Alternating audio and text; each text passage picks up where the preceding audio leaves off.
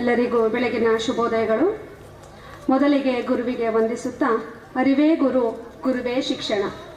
SLV achievers day ಸಮಾರಂಭಕ್ಕೆ ಆಗಮಿಸಿ ವೇದಿಕೆಯ ಮೇಲೆ ಉಪಸ್ಥಿತರಿರುವ ಅತಿಥಿ ಗಣ್ಯರಿಗೂ ಹಾಗೂ ಇಲ್ಲಿ ನೆರೆದಿರುವ ಸಮಸ್ತರಿಗೂ ನನ್ನ ನಮಸ್ಕಾರಗಳನ್ನು ತಿಳಿಸುತ್ತಾ, ಈ ಸುಂದರ ಸಮಾರಂಭಕ್ಕೆ ಸಾಧಕರನ್ನು ಸ್ವಾಗತಿಸುವುದು ನನ್ನ ಸೌಭಾಗ್ಯವೆಂದು ಭಾವಿಸಿ ಈ ಸುಂದರ ಸಮಾರಂಭಕ್ಕೆ ಮುಖ್ಯ ಅತಿಥಿಗಳಾಗಿ ಆಗಮಿಸಿರುವ ಕುಮಾರಿ ಹಾರಿಕಾ ಮಂಜುನಾಥ್, ಯುವ ವಾಗ್ಮಿಗಳು, ಬೆಂಗಳೂರು.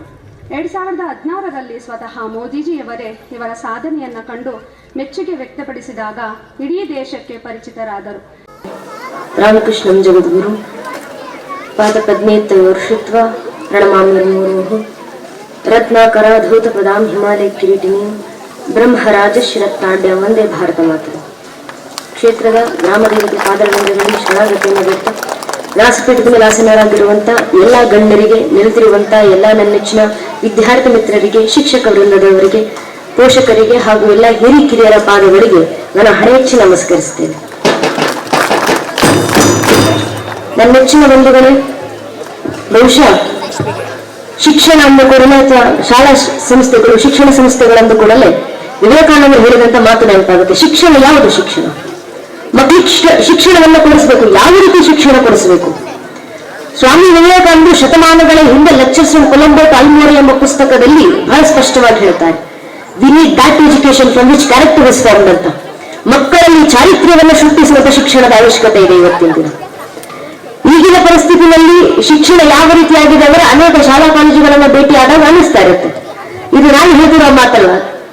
ಕೆಲವು ತಿಂಗಳ ಹಿಂದೆ DC ಅವರನ್ನ ಭೇಟಿಯಾಗಿದ್ದೆ, ಹೆಸರುಗಳು DC ಅವರನ್ನ ಭೇಟಿಯಾಗಿದ್ದ ನಾವು ಹೇಳ್ತಿದ್ರು ಬೆಂಗಳೂರಿನಲ್ಲಿ ಭೇಟಿಯಾದಾಗ. ನಮ್ಮ ಶಾಲಾ ಕಾಲೇಜುಗಳ ಪರಿಸ್ಥಿತಿ ಯಾವ ರೀತಿಯಾಗಿದೆ ಶಿಕ್ಷಣ ಸಂಸ್ಥೆದು ಅಂದ್ರೆ, ಭಾರತದಲ್ಲಿ ಶಿಕ್ಷಣ ಏನು ಅಂದ್ರೆ ಮಕ್ಕಳಿಗೆ ಶಿಕ್ಷಣ, ಮ್ಯಾನೇಜ್ಮೆಂಟ್ಗೆ ಹಣ, ಇದೇ ಶಿಕ್ಷಣ ಅಂತ IAS ಅವರು ಹೇಳಿದಂತ ಮಾತು. ಇಂತಹ ಪರಿಸ್ಥಿತಿ ದೇಶದ ಅನೇಕ ಶಿಕ್ಷಣ ಸಂಸ್ಥೆಯಲ್ಲಿ ಇರಬೇಕಾದ್ರೆ, ಎಲ್ಲೋ ಒಂದೊಂದು ಕಡೆ SLV ಅಂತ ಒಂದೊಂದು ಶಾಲೆಗಳು.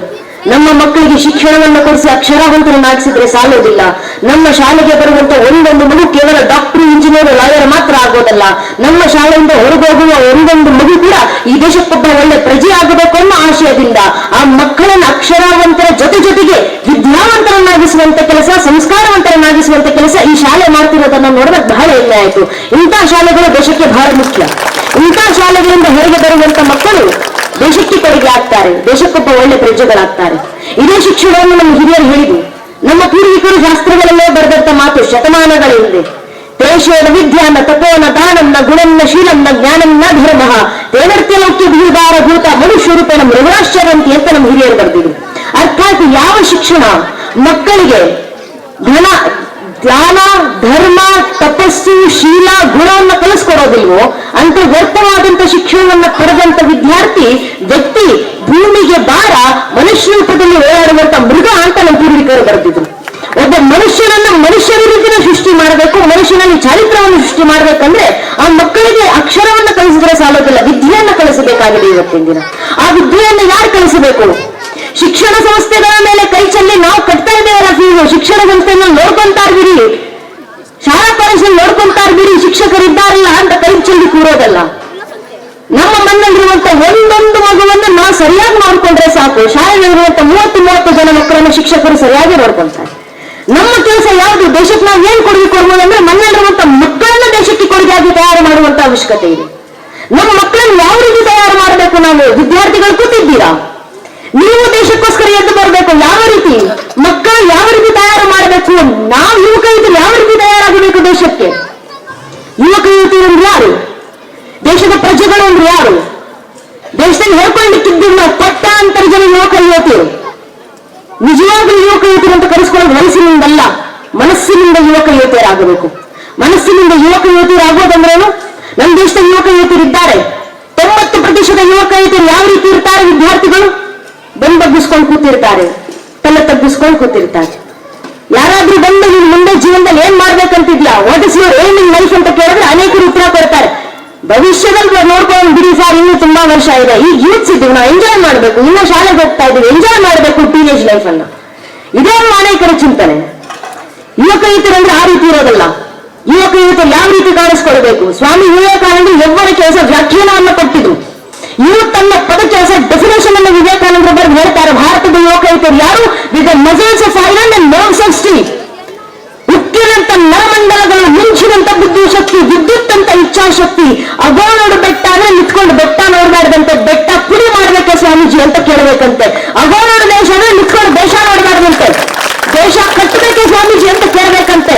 ಅಂತಹ ಮನಶಕ್ತಿ ಇರುವಂತವನನ್ನ ಮಾತ್ರ ಯುವಕ ಯುವತಿಯರು ಅಂತ ಪರಿಗಣಿಸ್ಲಿಕ್ಕೆ ಸಾಧ್ಯ ಅಂತ ವಿವೇಕಾನಂದರು ಯೌವನಕ್ಕೆ ಒಂದು ವ್ಯಾಖ್ಯಾನವನ್ನು ಕೊಟ್ಟಿರಲ್ಲ. ಆ ವ್ಯಾಖ್ಯಾನಕ್ಕೆ ಜೀವಂತ ಸಾಕ್ಷಿಯಾಗಿ ನಾವು ಬದುಕುವಂತ ಅವಶ್ಯಕತೆ ಇದೆ. ಯಾವ ರೀತಿ ತಯಾರು ಮಾಡ್ತೀವಿ? ಒಂದಂತೂ ಸತ್ಯ, ವಿವೇಕಾನಂದರು ಹೇಳುವಂತ ಆ ಯುವಕರಾಗುವಂತ ಸಾಮರ್ಥ್ಯ ಇಲ್ಲಿ ಕೂತಿರುವಂತ ನಮ್ಮೆಲ್ಲರಲ್ಲೂ ಇದೆ. ಇಲ್ಲಿ ಕೂತಿರುವಂತ ನೀವು ಯಾರು ಸಾಮಾನ್ಯರಲ್ಲ. ಭಾರತದಲ್ಲಿ ಹುಟ್ಟಿರುವಂತ ನಾವು ಯಾರು ವಿದ್ಯಾರ್ಥಿಗಳು, ಮಕ್ಕಳು ಸಾಮಾನ್ಯರಲ್ಲ. ವಿಷ್ಣು ಪುರಾಣದಲ್ಲೇ ಬರೆದಿದ್ದಾರೆ ನಮ್ಮ ಪೂರ್ವಿಕರು, ಗಾಯಂತಿ ದೇವ ಕಿಳಿಗೀತ ಕಾಣಿ ಧನ್ಯಸ್ಗೆ ಭಾರತ ಭೂಮಿ ಭಾಗ್ಯ ಸ್ವರ್ಣಪೌರ್ಗ ಸಮನ್ವರ್ಗ ಭೂತ ಭವಂತಿಮಯ ಪುರುಷ ಸುರತ್ನಾಥ್. ಅರ್ಥಾತ್ ದೇವಾನುದೇವತೆಗಳು ಸ್ವರ್ಗದಲ್ಲಿ ಕೂತು ಮಾತಾಡ್ತಾ ಹೇಳ್ತಾರಂತೆ. ಮನುಷ್ಯರು ಹೇಳಿದ ಮಾತಲ್ಲ, ದೇವಾನುದೇವತೆಗಳು ಸ್ವರ್ಗದಲ್ಲಿ ಕೂತು ಮಾತಾಡ್ತಾರಂತೆ. 100 ವರ್ಷಗಳ ಕಾಲ ದೇವಾನುದೇವತೆಗಳಾಗಿ ಸ್ವರ್ಗದಲ್ಲಿ ಬದುಕೋದಕ್ಕಿಂತ ಒಂದೇ ಒಂದು ಜನ್ಮ ಮನುಷ್ಯನಾಗಿ ಭಾರತ ಖಂಡದಲ್ಲಿ ಸಿಕ್ಕಿದ್ರೆ ಸಾಕು, ಅದಕ್ಕಿಂತ ಪುಣ್ಯದ ವಿಷಯ ಬೇರೆ ಇಲ್ಲ ಅಂತ ದೇವಾನುದೇವತೆಗಳು ಆಡುವಂತ ಮಾತು. ಅಂತ ಸರ್ವಶ್ರೇಷ್ಠ ಭಾರತ ದೇಶದಲ್ಲಿ ಹುಟ್ಟಿದ್ದೀವಿ ನಾವು. ಯಾಕೆ ಹುಟ್ಟಿದ್ದೀವಿ? ವಿವೇಕಾನಂದ ಹೇಳಿದ್ರು, ಭಾರತದಲ್ಲಿ ಹುಟ್ಟಿರುವಂತ ಎಲ್ಲರೂ ಕೂಡ ಅಮೃತ ಪುತ್ರರು. ತ್ಯಾಗಿ ಏನಕ್ಕೆ ಅಮೃತತ್ವ ಮಾನಿಸಿ, ಯಾವ ಅಮೃತತ್ವವನ್ನು ಪಡೆಯಲಿಕ್ಕೆ ಜನ್ಮ ಜನ್ಮಗಳ ಸಂಕಲ್ಪ ಬೇಕು, ಆ ಅಮೃತತ್ವವನ್ನು ಹುಟ್ಟಿದಾಗಿಂದ ಪಡೆದವರು ನಾವು. ಅದಕ್ಕೆ ವಿವೇಕಾನಂದ ಹೇಳಿದ್ರು, ತ್ರೈಲೋಕ್ಯದ ಕಿಲಂ ತಮಪಾದ ಮೂಲೆ, 3 ಲೋಕಗಳನ್ನು ನಿನ್ನ ಕಾಲಡಿಯಲ್ಲಿಟ್ಟು ಆಡಬಲ್ಲ ಸಾಮರ್ಥ್ಯ ಭಾರತದ ಹುಟ್ಟುವಂತ ಒಂದೊಂದು ಮಗುವಿನಲ್ಲೂ ಇದೆ. ನಮ್ಮ ಕುರಿತಾಗಿ ಹೇಳಿದಂತ ಮಾತು. ನಾವ್ ಯಾರು ಸಾಮಾನ್ಯರಲ್ಲ. ಅನೇಕ ಬಾರಿ ನಾವು ಸಾಧಕರನ್ನ ನೋಡ್ತೀವಿ, ಅಚೀವರ್ಸ್ ಅಲ್ಲ. ಅಚೀವರ್ಸ್ ಅಂದ್ರೆ ಯಾರು? ಬೈ ಡೆಫಿನೇಷನ್ ವಿನ್ನರ್ ಅಂದ್ರೆ ಯಾರು? ವಿನ್ನರ್ ಅಂದ್ರೆ ಪ್ರತಿ ಬಾರಿ ಗೆಲ್ಲುವವರಲ್ಲ. A winner is not defined by the amount of times he has won. A winner is defined by the times he has lost, yet managed to get up by himself over and over again. ಎಷ್ಟು ಸತಿ ಸೋತ್ರು ಕೂಡ ತನ್ನಂತ ಮತ್ತೆ ನಿಲ್ಲಿಸಿಕೊಳ್ಳುವಂತ ಸಾಮರ್ಥ್ಯ ಇರುತ್ತಲ್ಲ, ಅವನನ್ನ ಸಾಧಕ ಅಂತ ಕರೆಯೋದು. ಪ್ರತಿ ಬಾರಿ ಗೆಲ್ಲುವಂತವರನ್ನಲ್ಲ. ಎಷ್ಟು ಬಾರಿ ಜೀವನದಲ್ಲಿ ಸಾಯ್ತು, ಎಷ್ಟು ಬಾರಿ ಸೋಲುಗಳನ್ನ ಕಂಡ್ರು. ಇವತ್ತು ನಮ್ಮ ಸಮಸ್ಯೆ ಏನಾಗಿದೆ ಅಂದ್ರೆ, ನಾವಿದ್ದೀವಿ ಯಾವಾಗಲೂ ಗೆಲ್ತಾ ಇರ್ತಾರೆ ನಮ್ಮ ಮಕ್ಕಳು. ಇದು ಮಕ್ಕಳು ಮಾತ್ರ, ಪೋಷಕರು ಗಮನಿಸಬೇಕಾಗಿರುವಂತ ವಿಚಾರ. ಮಕ್ಕಳಿಗೆ ಗೆಲುವನ್ನ ತುಂಬಾ ತೋರಿಸುವ ಅವಶ್ಯಕತೆ ಇಲ್ಲ. ತಂದೆ ತಾಯಿಗಳ ಆಸೆ ನಮ್ಮ ಮಕ್ಕಳು ಜೀವನದಲ್ಲಿ ಯಾವಾಗಲೂ ಗೆಲ್ತಾ ಇರಬೇಕು. ಗೆಲುವು ಯಾವ ರೀತಿ ತೋರಿಸ್ತೀವಿ? ನಮಗಿಲ್ಲದೆ ಇರೋ ಸೌಭಾಗ್ಯವನ್ನು ಮಕ್ಕಳಿಗೆ ಕೊಡುವ ಮೂಲಕ ಮಕ್ಕಳ ಜೀವನದಲ್ಲಿ ಗೆಲ್ಲಿಸುವಂತ ಪ್ರಯತ್ನವನ್ನು ಪೋಷಕರು ಮಾಡ್ತಾರೆ. ಯಾಕೆ? ಪೋಷಕರ ಒಂದು ಭಾವನೆ, ನಾನಂತೂ ನನ್ನ ಬಾಲ್ಯದಲ್ಲಿ ಚೆನ್ನಾಗಿ ಬದುಕಿಲ್ಲ, ನನ್ನ ಮಕ್ಕಳು ಆರಾಮಾಗಿ ಬದುಕಬೇಕು. ನನ್ನ ಜೀವನದಲ್ಲಂತೂ ನನಗೆ ಕಣ್ಣಿಗೆ ಕಾಣಿಸಿದೆಲ್ಲ ತಗೊಳ್ಳೋ ಪರಿಸ್ಥಿತಿ ಇರಲಿಲ್ಲ, ನನ್ನ ಮಕ್ಕಳಿಗೋಸ್ಕರ ಆದ್ರೂ ತಗೊಳ್ಬೇಕು. ನಾನ್ ಚಿಕ್ಕ ವಯಸ್ಸಲ್ಲಿ ಚೆನ್ನಾಗಿರೋ ಬಟ್ಟೆ ಹಾಕಿಲ್ಲ, ನನ್ನ ಮಕ್ಕಳು ಹಾಕಲಿ. ನಾನ್ ಚಿಕ್ಕ ವಯಸ್ಸಲ್ಲಿ ಚೆನ್ನಾಗಿರೋ ಟಿವಿ ನೋಡಿಲ್ಲ, ಟಿವಿ ನೋಡ್ಲಿಕ್ಕೆ ಯಾರ್ದೋ ಮನೆ ಮುಂದೆ ನಿಂತ್ಕೊಳ್ಬೇಕಾಗಿತ್ತು. ನನ್ನ ಮಕ್ಕಳಿಗೆ ಆ ಪರಿಸ್ಥಿತಿ ಬರೋದು ಬೇಡ. ನಮ್ಮ ಮಕ್ಕಳಿಗೆ ಟಿವಿ ಬೇಕಾ, ಅವ್ರು ಕೇಳಿ ಟಿವಿಯನ್ನ ತಂದು ಹಾಕ್ಸೋಣ. ನಮ್ಮ ಮಕ್ಕಳಿಗೆ ಒಂದು ಚಾನಲ್ ಬೇಕಾ, ಆ ಚಾನಲ್ ಅನ್ನು ಹಾಕಿಸ್ತೀನಿ ಟಿವಿನಲ್ಲಿ. ನಮ್ಮ ಮಗುಗೆ ಮೊಬೈಲ್ ಬೇಕಾ, ಮೊಬೈಲ್ ತಂದು ಕೊಡ್ತೀನಿ. ನಾನ್ ಚಿಕ್ಕ ವಯಸ್ಸಲ್ಲಿ ಚೆನ್ನಾಗಿರೋ ಸೈಕಲ್ ಅಲ್ಲಿ ಓಡಾಡಿಲ್ಲ, ನನ್ನ ಮಕ್ಕಳಿಗೆ ಸೈಕಲ್ ಅಂತ ಕೊಡ್ತೀನಿ. ಬೆಳಗಾದ ನಂತರ ನನ್ನ ಮಗನಿಗೆ ಬೈಕ್ ತಗೊಡ್ತೀನಿ, ನನ್ನ ಮಗಳಿಗೆ ಬೈಕ್ ತಗೊಡ್ತೀನಿ. ಮಕ್ಕಳನ್ನ ಬೆಳೆಸುವಂತ ಸ್ವಭಾವ ತಪ್ಪಿಲ್ಲ ನನ್ನ ನೆಚ್ಚಿನ ಬಂಧುಗಳೇ. ಆದ್ರೆ ಮಕ್ಕಳು ಕೇಳಿದ್ದಕ್ಕೆಲ್ಲ ನೀವು ಹೌದು ಹೌದು ಹೌದು ಅಂತ ಹೇಳ್ಕೊಂಡೋದ್ರೆ, ಮಕ್ಕಳು ಕೇಳಿದ್ದಕ್ಕೆಲ್ಲ ಎಸ್ ಎಸ್ ಅಂತ ಹೇಳ್ಕೊಂಡೋದ್ರೆ, ಮುಂದೊಂದು ದಿನ ಜಗತ್ತು ನಿಮ್ಮ ಮಕ್ಕಳಿಗೆ ನೋ ಅಂದಾಗ ಅದನ್ನ ತಡ್ಕೊಳ್ಳೋಷ್ಟು ಸಾಮರ್ಥ್ಯ ಮಕ್ಕಳಿಗೆ ಇರೋದಿಲ್ಲ, ಸೋಲ್ತಾರೆ ಮಕ್ಕಳು. ಜಗತ್ತಿನ ಮಕ್ಕಳನ್ನ ಸೋಲ್ಸೋಕೆ ಮುಂಚೆ ಇವನೇ ಸೋಲಿನ ರುಚಿಯನ್ನ ತೋರಿಸಬೇಕು. ಯಾಕೆ ಮಕ್ಕಳು ಕೋಟಾದಲ್ಲಿ ನೋಡ್ತೀವಿ ನಾವು, ಕೋಟಾ ಅಂತ ಜಾಗಗಳಲ್ಲಿ ರಾಜಸ್ಥಾನದಲ್ಲಿ ಆ ಕೋಚಿಂಗ್ ಕ್ಲಾಸಸ್ಗಳಲ್ಲಿ ಎಷ್ಟು ಜನ ಮಕ್ಕಳು ಸುಸೈಡ್ ಮಾಡ್ಕೊಂತಾರೆ. ಯಾಕೆ ಸುಸೈಡ್ ಮಾಡ್ಕೊಂತಾರೆ? ಜೀವನ ಪೂರ್ತಿ ಗೆಲುವಿನ ರುಚಿಯನ್ನ ನೋಡಿರ್ತಾರೆ. ಜೀವನ ಪೂರ್ತಿ ನಾನು ಟಾಪರ್, ನನಗೆ ಸಿಕ್ಕಿದ್ದೆಲ್ಲ ಕೇಳಿದ್ದೆಲ್ಲ ಕೊಡಿಸಿದ್ದಾರೆ, ನಮ್ಮ ಅಪ್ಪ ಅಮ್ಮ ಕೇಳಿದ್ದೆಲ್ಲ ಕೊಡಿಸ್ತಾರೆ. ಆ ಗೆಲುವಿನ ರುಚಿ ನೋಡ್ತಾ ನೋಡ್ತಾ ಬಂದು ಒಮ್ಮೆ ಕೋಚಿಂಗ್ ಕ್ಲಾಸಸ್ ಹೋಗಿ ಸುತ್ತಮುತ್ತ ಇರುವವರೆಲ್ಲ ಟಾಪರ್ಸ್ಗಳು. ನಾನು 96% ತಗೊಂಡಿದ್ದೀನಿ ಅಂದ್ರೆ 98% ತಗೊಂಡವ್ರು 10 ಜನ ನಿಂತಿದ್ದಾರೆ. ಅವ್ರ ಮುಂದೆ ನಾನು ಫೇಲ್ ಮಾಡಲ್ಲಪ್ಪ ಅಂತ ಒಂದು ಫೇಲ್ಯೂರ್ ಅನ್ನ ರುಚಿಯನ್ನ ತಡೀಲಿಕ್ಕೆ ಆ ಮಕ್ಕಳಿಗೆ ಆಗೋದಿಲ್ಲ, ಸುಸೈಡ್ಗಳನ್ನು ಮಾಡ್ಕೊಂತಾರೆ. ಆ ಫೇಲ್ಯೂರ್ ಅನ್ನ ಜಗತ್ತು ತೋರಿಸೋಕೆ ಮುಂಚೆ ನೀವೇ ಅಭಿರುಚಿಯನ್ನು ತೋರಿಸಿ. ಮಕ್ಕಳಿಗೆ ಎಲ್ಲದಕ್ಕೂ ಎಸ್ ಅನ್ನೋ ಅವಶ್ಯಕತೆ ಇಲ್ಲ. ಎಸ್ ಅಂತ ಹೇಳ್ತಾ ಹೋದ್ರೆ ಮಕ್ಕಳು ಕಂಫರ್ಟ್ ಝೋನ್ ನಲ್ಲೇ ಇರ್ತಾರೆ. ಆ ಮಕ್ಕಳನ್ನ ಕಂಫರ್ಟ್ ಝೋನ್ ಇಂದ ಹೊರಗೆ ತರಬೇಕಾಗಿದೆ. ಇವತ್ತು ನಮ್ಮ ಬೆಂಗಳೂರಿನ ಒಂದು ಶಾಲೆಗಳಿದ್ದಾರೆ, ಲಕ್ಷ ಕೊಟ್ಟು ಮಕ್ಕಳನ್ನು ಕಳಿಸ್ತಾರೆ. ಆ ಮಕ್ಕಳನ್ನ ಯಾವ ರೀತಿ ಬೆಳೆಸಿದ್ದಾರೆ ಅಂದ್ರೆ, ಅವ್ರ ರೂಮಲ್ಲಿ ಎಸಿ ಇರುತ್ತೆ, ಆ ಮಕ್ಕಳ ರೂಮಲ್ಲಿ ಮನೆ ತುಂಬಾ ಎಸಿ ಇರುತ್ತೆ, ಕಿಟಕಿ ತೆಗೆಯೋದಿಲ್ಲ, ಮಣ್ಣಲ್ಲಿ ಹೊರಗಡೆಯಿಂದ ಪೊಲ್ಯೂಷನ್ ಬರುತ್ತೆ, ಮಕ್ಕಳಿಗೆ ಡಸ್ಟ್ ಅಲರ್ಜಿ ಆಗುತ್ತೆ. ಮನೆ ತುಂಬಾ ಎಸಿ, ಆ ಮಕ್ಕಳು ಎಸಿ ಮನೆಯಿಂದ ಬರ್ತಾರೆ, ಎಸಿ ಕಾರನ್ನು ಹತ್ತುತ್ತಾರೆ, ಎಸಿ ಕಾರಿಂದ ಶಾಲೆಗೆ ಹೋಗ್ತಾರೆ, ಶಾಲೆ ಕೂಡ ಎಸಿ ಅದ್ದು. ಹೊರಗಡೆ ಗ್ರೌಂಡ್ ಅಲ್ಲಿ ಆಡಿಟೋರಿಯಂ ಎಲ್ಲ ಅಸೆಂಬ್ಲಿ ಆಗ್ಬೇಕು, ಆಡಿಟೋರಿಯಂ ಕೂಡ ಎಸಿ ಅದ್ದೆ. ಕ್ಲಾಸ್ ರೂಮ್ ಅಲ್ಲಿ ಕೂತ್ಕೊಂತಾರೆ, ಕ್ಲಾಸ್ ರೂಮ್ ಕೂಡ ಎಸಿ ಅದ್ದೆ. ಸ್ಮಾರ್ಟ್ ಕ್ಲಾಸಿಗೆ ಬರ್ತಾರೆ, ಸ್ಮಾರ್ಟ್ ಕ್ಲಾಸ್ ಅಲ್ಲಿ ಕೂಡ ಎಸಿ ಇದೆ. ಎಸಿ ಸ್ಕೂಲಲ್ಲಿ ಹೋಗ್ತಾರೆ, ವಾಪಸ್ ಎಸಿ ಕಾರಿಗೆ ಬರ್ತಾರೆ, ಎಸಿ ಮನೆಗೆ ಹೋಗ್ತಾರೆ, ಎಸಿ ರೂಮಲ್ಲಿ ಕೊಡ್ತಾರೆ. ಕೋಚಿಂಗ್ ಕ್ಲಾಸಸ್ ಹೋಗ್ಬೋದು, ಕೋಚಿಂಗ್ ಕ್ಲಾಸಸ್ ಕೂಡ ಎಸಿ ಇರುತ್ತೆ. ಈ ಎಸಿನಲ್ಲೇ ಬೆಳೆದಿರುವ ಮಕ್ಕಳು, ಏರ್ ಕಂಡೀಷನಿಂಗ್ ನಲ್ಲೇ ಬೆಳೆದಿರುವ ಮಕ್ಕಳಿಗೆ ಜೀವನದ ಒಂದು ದಿನ ಸೂರ್ಯನ ಬಿಸಿಲು ಕೂಡ ಅವರ ಚರ್ಮಕ್ಕಾಗಿಲ್ಲ. ಇಷ್ಟು ಕಂಫರ್ಟ್ ಝೋನ್ ನಲ್ಲಿ ಬೆಳೆಸಿರುವಂತಹ ಆ ಮಕ್ಕಳು ಬೀದಿಗೆ ಬಂದ್ರೆ ಒಂದು ಬೀದಿ ನಾಯಿಯನ್ನ ಎದುರಿಸುವಂತ ಸಾಮರ್ಥ್ಯ ಆ ಮಕ್ಕಳಿಗೆ ಇರೋದಿಲ್ಲ. ಅಷ್ಟು ಕೊಟ್ಟು ಹೋಗಿರ್ತಾರೆ ಜೀವನದಲ್ಲಿ. ಕಂಫರ್ಟ್ ಝೋನ್ ನಲ್ಲಿ ಬೆಳೆಸುವಂತ ಪರಿಣಾಮ ಇವೆಲ್ಲ. ನಮ್ಮ ಮಕ್ಕಳು ಕಂಫರ್ಟ್ ಝೋನ್ ಇಂದ ಹೊರಗೆ ತರಬೇಕು. ಅದರಲ್ಲೂ ಬಹಳಷ್ಟು ಜನ ವಿದ್ಯಾರ್ಥಿಗಳಿದ್ದೀರಾ, ನೀವು ಯಾರು ಅಷ್ಟು ಕಂಫರ್ಟ್ ಝೋನ್ ನಲ್ಲಿ ಬೆಳೆದವರೆಲ್ಲ ಮುಂದೆ ಬೆಳೆಯೋದು ಇಲ್ಲ. ಮಿಡಲ್ ಕ್ಲಾಸ್ ಫ್ಯಾಮಿಲಿಯಲ್ಲೇ ಹುಟ್ಟಿದವರು ಮಿಡಲ್ ಕ್ಲಾಸ್ ಜೀವನವನ್ನೇ ಬದುಕೋದು. ಮಿಡಲ್ ಕ್ಲಾಸ್ ಜೀವನದಲ್ಲಿ ಬದುಕೋದ್ರಿಂದ ನಮ್ಗೊಂದು ಸೌಭಾಗ್ಯ ಏನು ಗೊತ್ತಾ? ಕಂಫರ್ಟ್ ಝೋನ್ ಅನ್ನೋ ಜೀವನದಲ್ಲಿ ಸಿಗೋದಿಲ್ಲ. ಜೀವನ ಯಾವ ರೀತಿ ಪಟಾ ಪೋಸ್ಟರ್ ನಿಖಲ ಇರೋ ಅನ್ನೋ ರೀತಿಯಲ್ಲಿ ನಮ್ಮ ಜೀವನ, ಅದೇ ರೀತಿಯಿಂದ ನಾವು ಜೀವನವನ್ನ ಬದುಕಬೇಕು. ಅಂತಹ ಸಮಸ್ಯೆಗಳನ್ನ ನೋಡಿಕೊಂಡು ಬಂದ ನಂತರ ಒಂದರ್ಥ ಮಾಡ್ಕೊಂಡು ಮಿಡಲ್ ಕ್ಲಾಸ್ ಫ್ಯಾಮಿಲಿನಲ್ಲಿ ಹುಟ್ಟೋದು ತಪ್ಪಲ್ಲ. ಆದ್ರೆ ನಮ್ಮ ಪೋಷಕರು, ಶಿಕ್ಷಕರು ಇಷ್ಟೆಲ್ಲ ಶಿಕ್ಷಣವನ್ನು ಕೊಟ್ಟ ನಂತರವೂ ಮಿಡಲ್ ಕ್ಲಾಸ್ ಜೀವನದಲ್ಲೇ ಸಾಯೋದಿದೆಯಲ್ಲ, ಅದಕ್ಕಿಂತ ದೊಡ್ಡ ತಪ್ಪು ನಮ್ಮ ಜೀವನದಲ್ಲಿ ಮಾಡ್ಲಿಕ್ಕೆ ಸಾಧ್ಯ ಇಲ್ಲ. ಪೋಷಕರು ಯಾಕೆ ನಿಮಗೆ ಶಿಕ್ಷಣ ಕೊಡಿಸ್ತಾರೆ? ಅಪ್ಪ ಅಮ್ಮ ಕಳಿಸ್ತಾರಲ್ಲ, ಅದಕ್ಕೋಸ್ಕರ ಶಾಲೆಗೆ ಬರ್ತೀವಿ, ಅದೆಲ್ಲ ಸ್ವಭಾವ. ಅನೇಕ ಬಾರಿ ಎಲ್ಲರೂ ವಿದ್ಯಾರ್ಥಿಗಳು ಕೇಳ್ತಿರ್ತಾರೆ, ಓದ್ತೀವಿ, ನಾವೆಲ್ಲ ಓದ್ತೀವಿ, ತಲೆಗತ್ತೋದಿಲ್ಲ. ಮೆಮೊರಿ ಪವರ್ ಹೇಗ್ ಜಾಸ್ತಿ ಮಾಡ್ಕೊಳ್ಳೋದು, ನೆನಪು ಶಕ್ತಿ ಹೇಗ್ ಜಾಸ್ತಿ ಮಾಡ್ಕೊಳ್ಳೋದು? ಓದಿದ್ದೆಲ್ಲ ನೆನಪಿರುತ್ತೆ, ಎಕ್ಸಾಮ್ ಮಾಡಿ ಕೂತ ತಕ್ಷಣ ಎಲ್ಲ ಮರ್ತು ಹೋಗ್ತೀವಿ ನಾವು. ಹೇಗ್ ನೆನ್ಪಿಟ್ಕೊಳ್ಬೇಕು ಲೆಸನ್ಸ್ ಗಳನ್ನ, ಹೇಗ್ ನೆನ್ಪಿಟ್ಕೊಳ್ಬೇಕು ಕ್ವಶನ್ ಗಳನ್ನ? ಏನಕ್ಕೆ ನೆನಪಾಗ್ತಿಲ್ಲ ಗೊತ್ತಾ? ಓದೋದು ಓದ್ತೀರಾ ನೀವು, ಯಾರಿಗೋಸ್ಕರ ಓದ್ತೀರಾ ಅನ್ನೋದು ಮರ್ತಿದ್ದೀರಾ. ಓದ್ತೀವಿ, ಅಪ್ಪ ಅಮ್ಮ ಕಲಿಸಿದ್ದಾರೆ, ಅದಕ್ಕೋಸ್ಕರ ಓದ್ತೀವಿ ನಾವು ಅನ್ನೋದು ಸ್ವಭಾವದಲ್ಲಿ ಓದ್ತೀರಾ.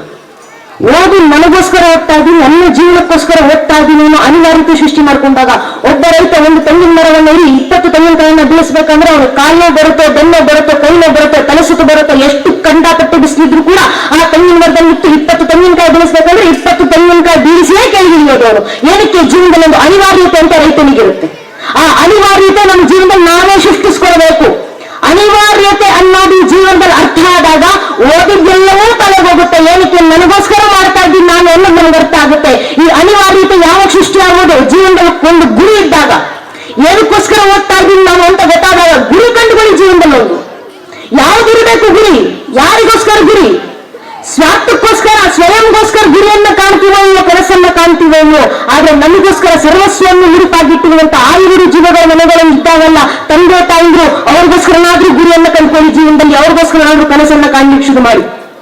ತಂದೆ ತಾಯಿಗಳಿಗೋಸ್ಕರ ಕನಸು. ನನ್ನ ಅಮ್ಮ ಇನ್ನೋರ್ಗು ಚೆನ್ನಾಗಿರೋ ಸೀರೆಯನ್ನು ಹುಟ್ಟಿಲ್ಲ, ರೇಷ್ಮೆ ಸೀರೆಯನ್ನು ತಗೊಂಡು ನಮ್ಮ ಅಮ್ಮನಿಗೆ ಹಾಕಿಸ್ತೀನಿ. ನಮ್ಮ ಅಪ್ಪ ಇನ್ನೋರ್ಗು ಚೆನ್ನಾಗಿರೋ ಗಾಡಿನಲ್ಲಿ ಓಡಾಡಿಲ್ಲ, ರೋಲ್ಸ್ ರಾಯ್ಸ್ ಕಾರನ್ನೇ ತಗೊಂಡು ಅಪ್ಪ ನೀರು ತುಂಬಾ ಓಡಾಡಿಸ್ತೀನಿ ನಾನು. ತಂದೆ ತಾಯಿಗೋಸ್ಕರ ಕನಸನ್ನ ಕಾಣಬೇಕು. ಸಣ್ಣ ಪುಟ್ಟದಲ್ಲ, ಏನೋ 30,000 ಸಂಬಳ ಬಂತು, 40,000 ಸಂಬಳ ಬಂತು, ಒಂದು ಕೆಲಸಕ್ಕೆ ಹೋಗೋಣ, ಸಂಬಳ ತಗೊಂಡು ಖುಷಿಯಾಗಿರೋಣ, ಅದೆಲ್ಲ ಕನಸು. ಯೋಗೈ ಭೂಮಿ ತತ್ಸುಖಂ ನ ಅಲ್ಪ ಸುಖಮಸ್ತಿ, ಶಾಸ್ತ್ರಗಳ ಮಾತು. ಕನಸು ಕಾಣು ಸಣ್ಣ ಪುಟ್ಟದಲ್ಲಪ್ಪ. ಕನಸು ಕಾಣದಿದ್ರೆ ಆಕಾಶದ ತರಕ್ಕೆ ಕನಸನ್ನ ಕಾಣು. Dream to become a sun, even if you fail you become a star. Chase perfection, even if you fail you achieve excellence. ಕನಸು ದೊಡ್ಡದಾಗಿ ಕಾಣಬೇಕು. ಯಾವತ್ತಿದ್ರಿ ಕನಸನ್ನ ಕಾಣುವಂತ ಸಾಮರ್ಥ್ಯ ನಮಗೆ ಬಿಟ್ಟರೆ ಯಾರಿಗೂ ಇಲ್ಲ. Only youth can that dream ಅಂತ ದಾರ್ಶನಿಕರು ಹೇಳ್ತಾ ಇದ್ರು. ಯುವತಿಯರಲ್ಲಿ ಮಾತ್ರ ಕನಸನ್ನ ಕಾಣುವಂತ ಸಾಮರ್ಥ್ಯ ಇರುತ್ತೆ. ಈ ಯೌವನವನ್ನ ದಾಟಿದ ನಂತರ ಅಕಸ್ಮಾತ್ ಈಗ ನಾವು ಎಂಜಾಯ್ ಮಾಡಿಕೊಂಡು ಫ್ರೆಂಡ್ಸ್ ಜೊತೆ ಎಂಜಾಯ್ ಮಾಡೋಣ, ಶಿಕ್ಷಣ ಇದ್ದಿದ್ದಿದೆ ಅಲ್ವಾ, ಮುಂದೆ ನೋಡ್ಕೊಳ್ಳೋ ಜೀವನ ಅಂತ ಬಿಟ್ರೆ ಮುಂದೆ ಕನಸನ್ನ ಕಾಣಲಿಕ್ಕೆ ನಿಮ್ಗೆ ಅವಕಾಶ ಕೂಡ ಜೀವನ ಕೊಡೋದಿಲ್ಲ. ಕನಸು ಕಾಣದಿದ್ರೆ ಇದೇ ವಯಸ್ಸಿನ ಕನಸನ್ನ ಕಾಣಬೇಕು. ತಂದೆ ತಾಯಿಗೋಸ್ಕರ ಕನಸು ಯಾವುದು? ಡಾಕ್ಟರ್ APJ ಅಬ್ದುಲ್ ಕಲಾಂ ಅವರು ಹೇಳಿದ್ದಾರಲ್ಲ, ಯಾವುದು ಕನಸು? Dream is not that is you are sleeping, dream is that does not take you sleep ಅಂತ ಅಬ್ದುಲ್ ಕಲಾಂ ಅವರು ಹೇಳಿದಂತ ಮಾತು. ಮಲಗಿದ್ದ ಕಾಣೋದಲ್ಲಪ್ಪ ಕನಸು, ಯಾವುದು ನಿನ್ನನ್ನ ಮಲಗಲಿಕ್ಕೂ ಬಿಡದಂಗೆ ಪ್ರತಿಕ್ಷಣ ಕಾಣುತ್ತಲ್ಲ, ಅದು ನಿಜವಾದ ಕನಸು. ಅಂತ ಕನಸನ್ನ ಜೀವನದಲ್ಲಿ ಕಾಣಿ. ಅಂತ ಕನಸನ್ನ ಕಾಣುವಂತ ಸಾಮರ್ಥ್ಯನ ಬೆಳೆಸ್ಕೊಳ್ಬೇಕು. ಜೀವನದಲ್ಲಿ ಸಾಧನೆ ಮಾಡಬೇಕು, ಜೀವನ ಬದುಕಬೇಕು. ಜೀವನ ಬದುಕುವುದೇ ಕನಸಾಗಬೇಕು. ಆಸ್ಕರ್ ವೈಲ್ಡ್ ಮಹಾನ್ ತತ್ವಜ್ಞಾನಿ ಒಂದು ಕಡೆ ಹೇಳ್ತಾರೆ, is the rarest thing, most people just exist ಅಂತ. ಬದುಕೋದಂದ್ರೆ ಏನು? ಉಸಿರಾಡೋವಲ್ಲ, ಅದು ಬದುಕಿನ ಸಾಕ್ಷಿ ಅಲ್ಲ, ಅದು ಅಸ್ತಿತ್ವದಲ್ಲಿದ್ಯಾ ಅನ್ನೋದು ಸಾಕ್ಷಿ ಅಷ್ಟೇ. ಉಸಿರಾಡ್ಕೊಂಡು ಅಸ್ತಿತ್ವದಲ್ಲಿದ್ದು ಕೆಲವು ವರ್ಷಗಳಲ್ಲಿ ಸತ್ತೋಗುವಂತ ಕೊಟ್ಟಂತರ ಜನ ಇದ್ದಾರೆ ದೇಶದಲ್ಲಿ, ಜಗತ್ತಿನಲ್ಲಿ. ಸಾವಿರಾರು ಜನ ದಿನ ಹುಟ್ಟುತ್ತಾರೆ, ಸಾವಿರಾರು ಜನ ದಿನ ಸಾಯ್ತಾರೆ, ಅವ್ರನ್ನ ಯಾರು ನೆನಪಿಸ್ಕೊಳ್ಳೋದಿಲ್ಲ. ಆದ್ರೆ ಶತಮಾನಕ್ಕೊಬ್ಬ ಒಬ್ಬೊಬ್ಬ ವ್ಯಕ್ತಿಗಳು ಬರ್ತಾರೆ, ಒಬ್ಬೊಬ್ಬ ಸಾಧಕರು ಬರ್ತಾರೆ. ಅವರು ಹುಟ್ಟಿ ಬದುಕಿ ಸತ್ತ ನಂತರ ಕೂಡ ಶತಮಾನಗಳ ಕಾಲ ಅವ್ರು ನಮ್ಮ ನೆನಪಲ್ಲಿ ಬರ್ತಾರೆ. ಯಾಕೆ? ಅಂತ ಬದುಕನ್ನ ಬದುಕಿರ್ತಾರೆ ಅವರು. ಅವರ ರೀತಿ ಬದುಕಬೇಕು. ಯಾವುದು ಬದುಕು? ಯಾವ ರೀತಿ ಬದುಕನ್ನ ಬದುಕಬೇಕು? ದಾರ್ಶನಿಕರು ಬರೀತಾರಲ್ಲ, ಹುಟ್ಟಿದ್ರೆ ತಾಯಿ ಸಂತೋಷ ಪಡುವಂತಿರಬೇಕು, ಬೆಳೆದ್ರೆ ತಂದೆ ಆನಂದಿಸುವಂತಿರಬೇಕು, ಬಾಳಿದ್ರೆ ಸಮಾಜ ಸಂಭ್ರಮಿಸುವಂತಿರಬೇಕು, ಕೊನೆಗೊಂದು ದಿನ ಸತ್ತರೆ ಸ್ಮಶಾನ ಕೂಡ ನಿಮ್ಮನ್ನ ಕಣ್ಣಿಡುವಂತಿರಬೇಕು. ಬದುಕಿದ್ರೆ ಅಂಥ ಬದುಕನ್ನ ಬದುಕಿ. ಅಂತ ಬದುಕೋದು ಯಾವಾಗ? ಅಂತ ಸಾಧನೆಗಳನ್ನ ಮಾಡಿದಾಗ. ಸಾಧನೆ ಯಾವುದು? ಸಾಧನೆಗೆ ಒಂದೇ ಒಂದು ವಾಕ್ಯದಲ್ಲಿ ಹೇಳ್ಬೇಕಂದ್ರೆ ಗೆಟೌಟ್ ಅನ್ನೋರು ಮುಂದೆ ಕಟೌಟ್ ಆಗಿ ನಿಲ್ಲೋದಿದೆಯಲ್ಲ, ಅದೇ ಜೀವನದ ದೊಡ್ಡ ಸಾಧನೆ. ಅಂತ ಸಾಧನೆ ಮಾಡಬೇಕು ನಾವು. ಅಂತ ಸಾಧನೆಗಳನ್ನು ಮಾಡೋರು ಇದ್ದಾರೆ. ಅಂತ ಸಾಧನೆ ಯಾವಾಗ ಆಗುತ್ತೆ? ನಮ್ಮ ಗುರಿಯ ಮೇಲೆ ನಮ್ಗೆ ನಂಬಿಕೆ ಇದ್ದಾಗ. ನಂಬಿಕೆ ಎಷ್ಟು ಗಾಢವಾಗಿರಬೇಕು ನಮ್ಮ ಗುರಿಯ ಮೇಲೆ, ನಮ್ಮ ಕನಸಿನ ಮೇಲೆ. ಐನ್ಸ್ಟೈನ್ ಇದ್ದಂತ ನಂಬಿಕೆ. Einstein surrendered himself to the world of physics to the point of insanity. ಸಮರ್ಪಿಸಿಕೊಂಡು ಬಿಟ್ಟರು ಐನ್ಸ್ಟೈನ್ ಫಿಸಿಕ್ಸ್ ನ ಜೀವನಕ್ಕೆ ತಮ್ಮಂತಾವು, ಫಿಸಿಕ್ಸ್ ನ ಆ ಜಗತ್ತಿಗೆ. ಎಷ್ಟರ ಮಟ್ಟಿಗೆ ಫಿಸಿಕ್ಸ್ ನ ಮೇಲೆ, ತನ್ನ ಕನಸಿನ ಮೇಲೆ, ತನ್ನ ಗುರಿಯ ಮೇಲೆ ಐನ್ಸ್ಟೈನ್ ನಂಬಿಕೆ ಇತ್ತು ಅಂದ್ರೆ, ಇದೇ ಐನ್ಸ್ಟೈನ್ ನಮ್ಮ ನಿಮ್ಮ ರೀತಿಯ ಶಾಲೆ ನಾವು ಓದ್ತಾ ಇರ್ಬೇಕಾದ್ರೆ ಟಾಪರ್ ವ್ಯಕ್ತಿ ಅಲ್ಲ. ನಾವು ಐನ್ಸ್ಟೈನ್ ಬಗ್ಗೆ ನಮ್ಮ ಟೆಕ್ಸ್ಟ್ ಬುಕ್ ಪಠ್ಯ ಪುಸ್ತಕದಲ್ಲಿ ಓದ್ತೀವಿ. ಅದೇ ಪಠ್ಯ ಪುಸ್ತಕವನ್ನು ಓದ್ಲಿಕ್ಕಾಗ್ತಿರ್ಲಿಲ್ಲ ಐನ್ಸ್ಟೈನ್ಗೆ. ADHD ಮೆಂಟಲ್ ಡಿಸಾರ್ಡರ್ ಇತ್ತು, attentive deficient hyper active disorder ಅಂತ. ಅವನನ್ನ ಐನ್ಸ್ಟೈನ್ ಶಾಲೆಗೆ ಹೋಗ್ತಿದ್ರು, ಮೆಟ್ರಿಕ್ಯುಲೇಷನ್ ಪಾಸ್ ಆದ್ರೆ SSLC ಪಾಸ್ ಆದ ನಂತರ ಐನ್ಸ್ಟೈನ್ ತಂದೆ ಬಂದ್ರು, ಪ್ರಿನ್ಸಿಪಲ್ ಹತ್ರ ಕೇಳ್ಕೊಂಡ್ರು, ಶಾಲೆ ಪ್ರಿನ್ಸಿಪಲ್ ಹತ್ರ, ಸರ್ ನನ್ನ ಮಗ SSLC ಪಾಸ್ ಆಗಿದ್ದಾನೆ, ಮೆಟ್ರಿಕ್ಯುಲೇಷನ್ ನಂತರ ಅಂಡರ್ ಗ್ರಾಜುಯೇಟ್ ಪ್ರೋಗ್ರಾಮ್ಗೆ ಯೂನಿವರ್ಸಿಟಿಗೆ ಸೇರಿಸಬೇಕಂತಿದ್ದೀನಿ, ಯಾವ ಯೂನಿವರ್ಸಿಟಿ ಮಗನ ಸೇರಿಸಿ? ಶಾಲೆ ಪ್ರಿನ್ಸಿಪಲ್ ಉತ್ತರ ಕೊಟ್ಟರೆ ಅಂದ್ರೆ ಐನ್ಸ್ಟೈನ್ ನ ತಂದೆಗೆ, ನಿಮ್ಮ ಮಗ SSLC ಪಾಸ್ ಆಗಿರೋದು ಹುಚ್ಚಪ್ಪ, ಏನಕ್ಕೆ ಸುಮ್ಮನೆ ಖರ್ಚು ಮಾಡಿ ಅವನನ್ನ ಯೂನಿವರ್ಸಿಟಿಗೆ ಸೇರಿಸ್ತೀರಾ?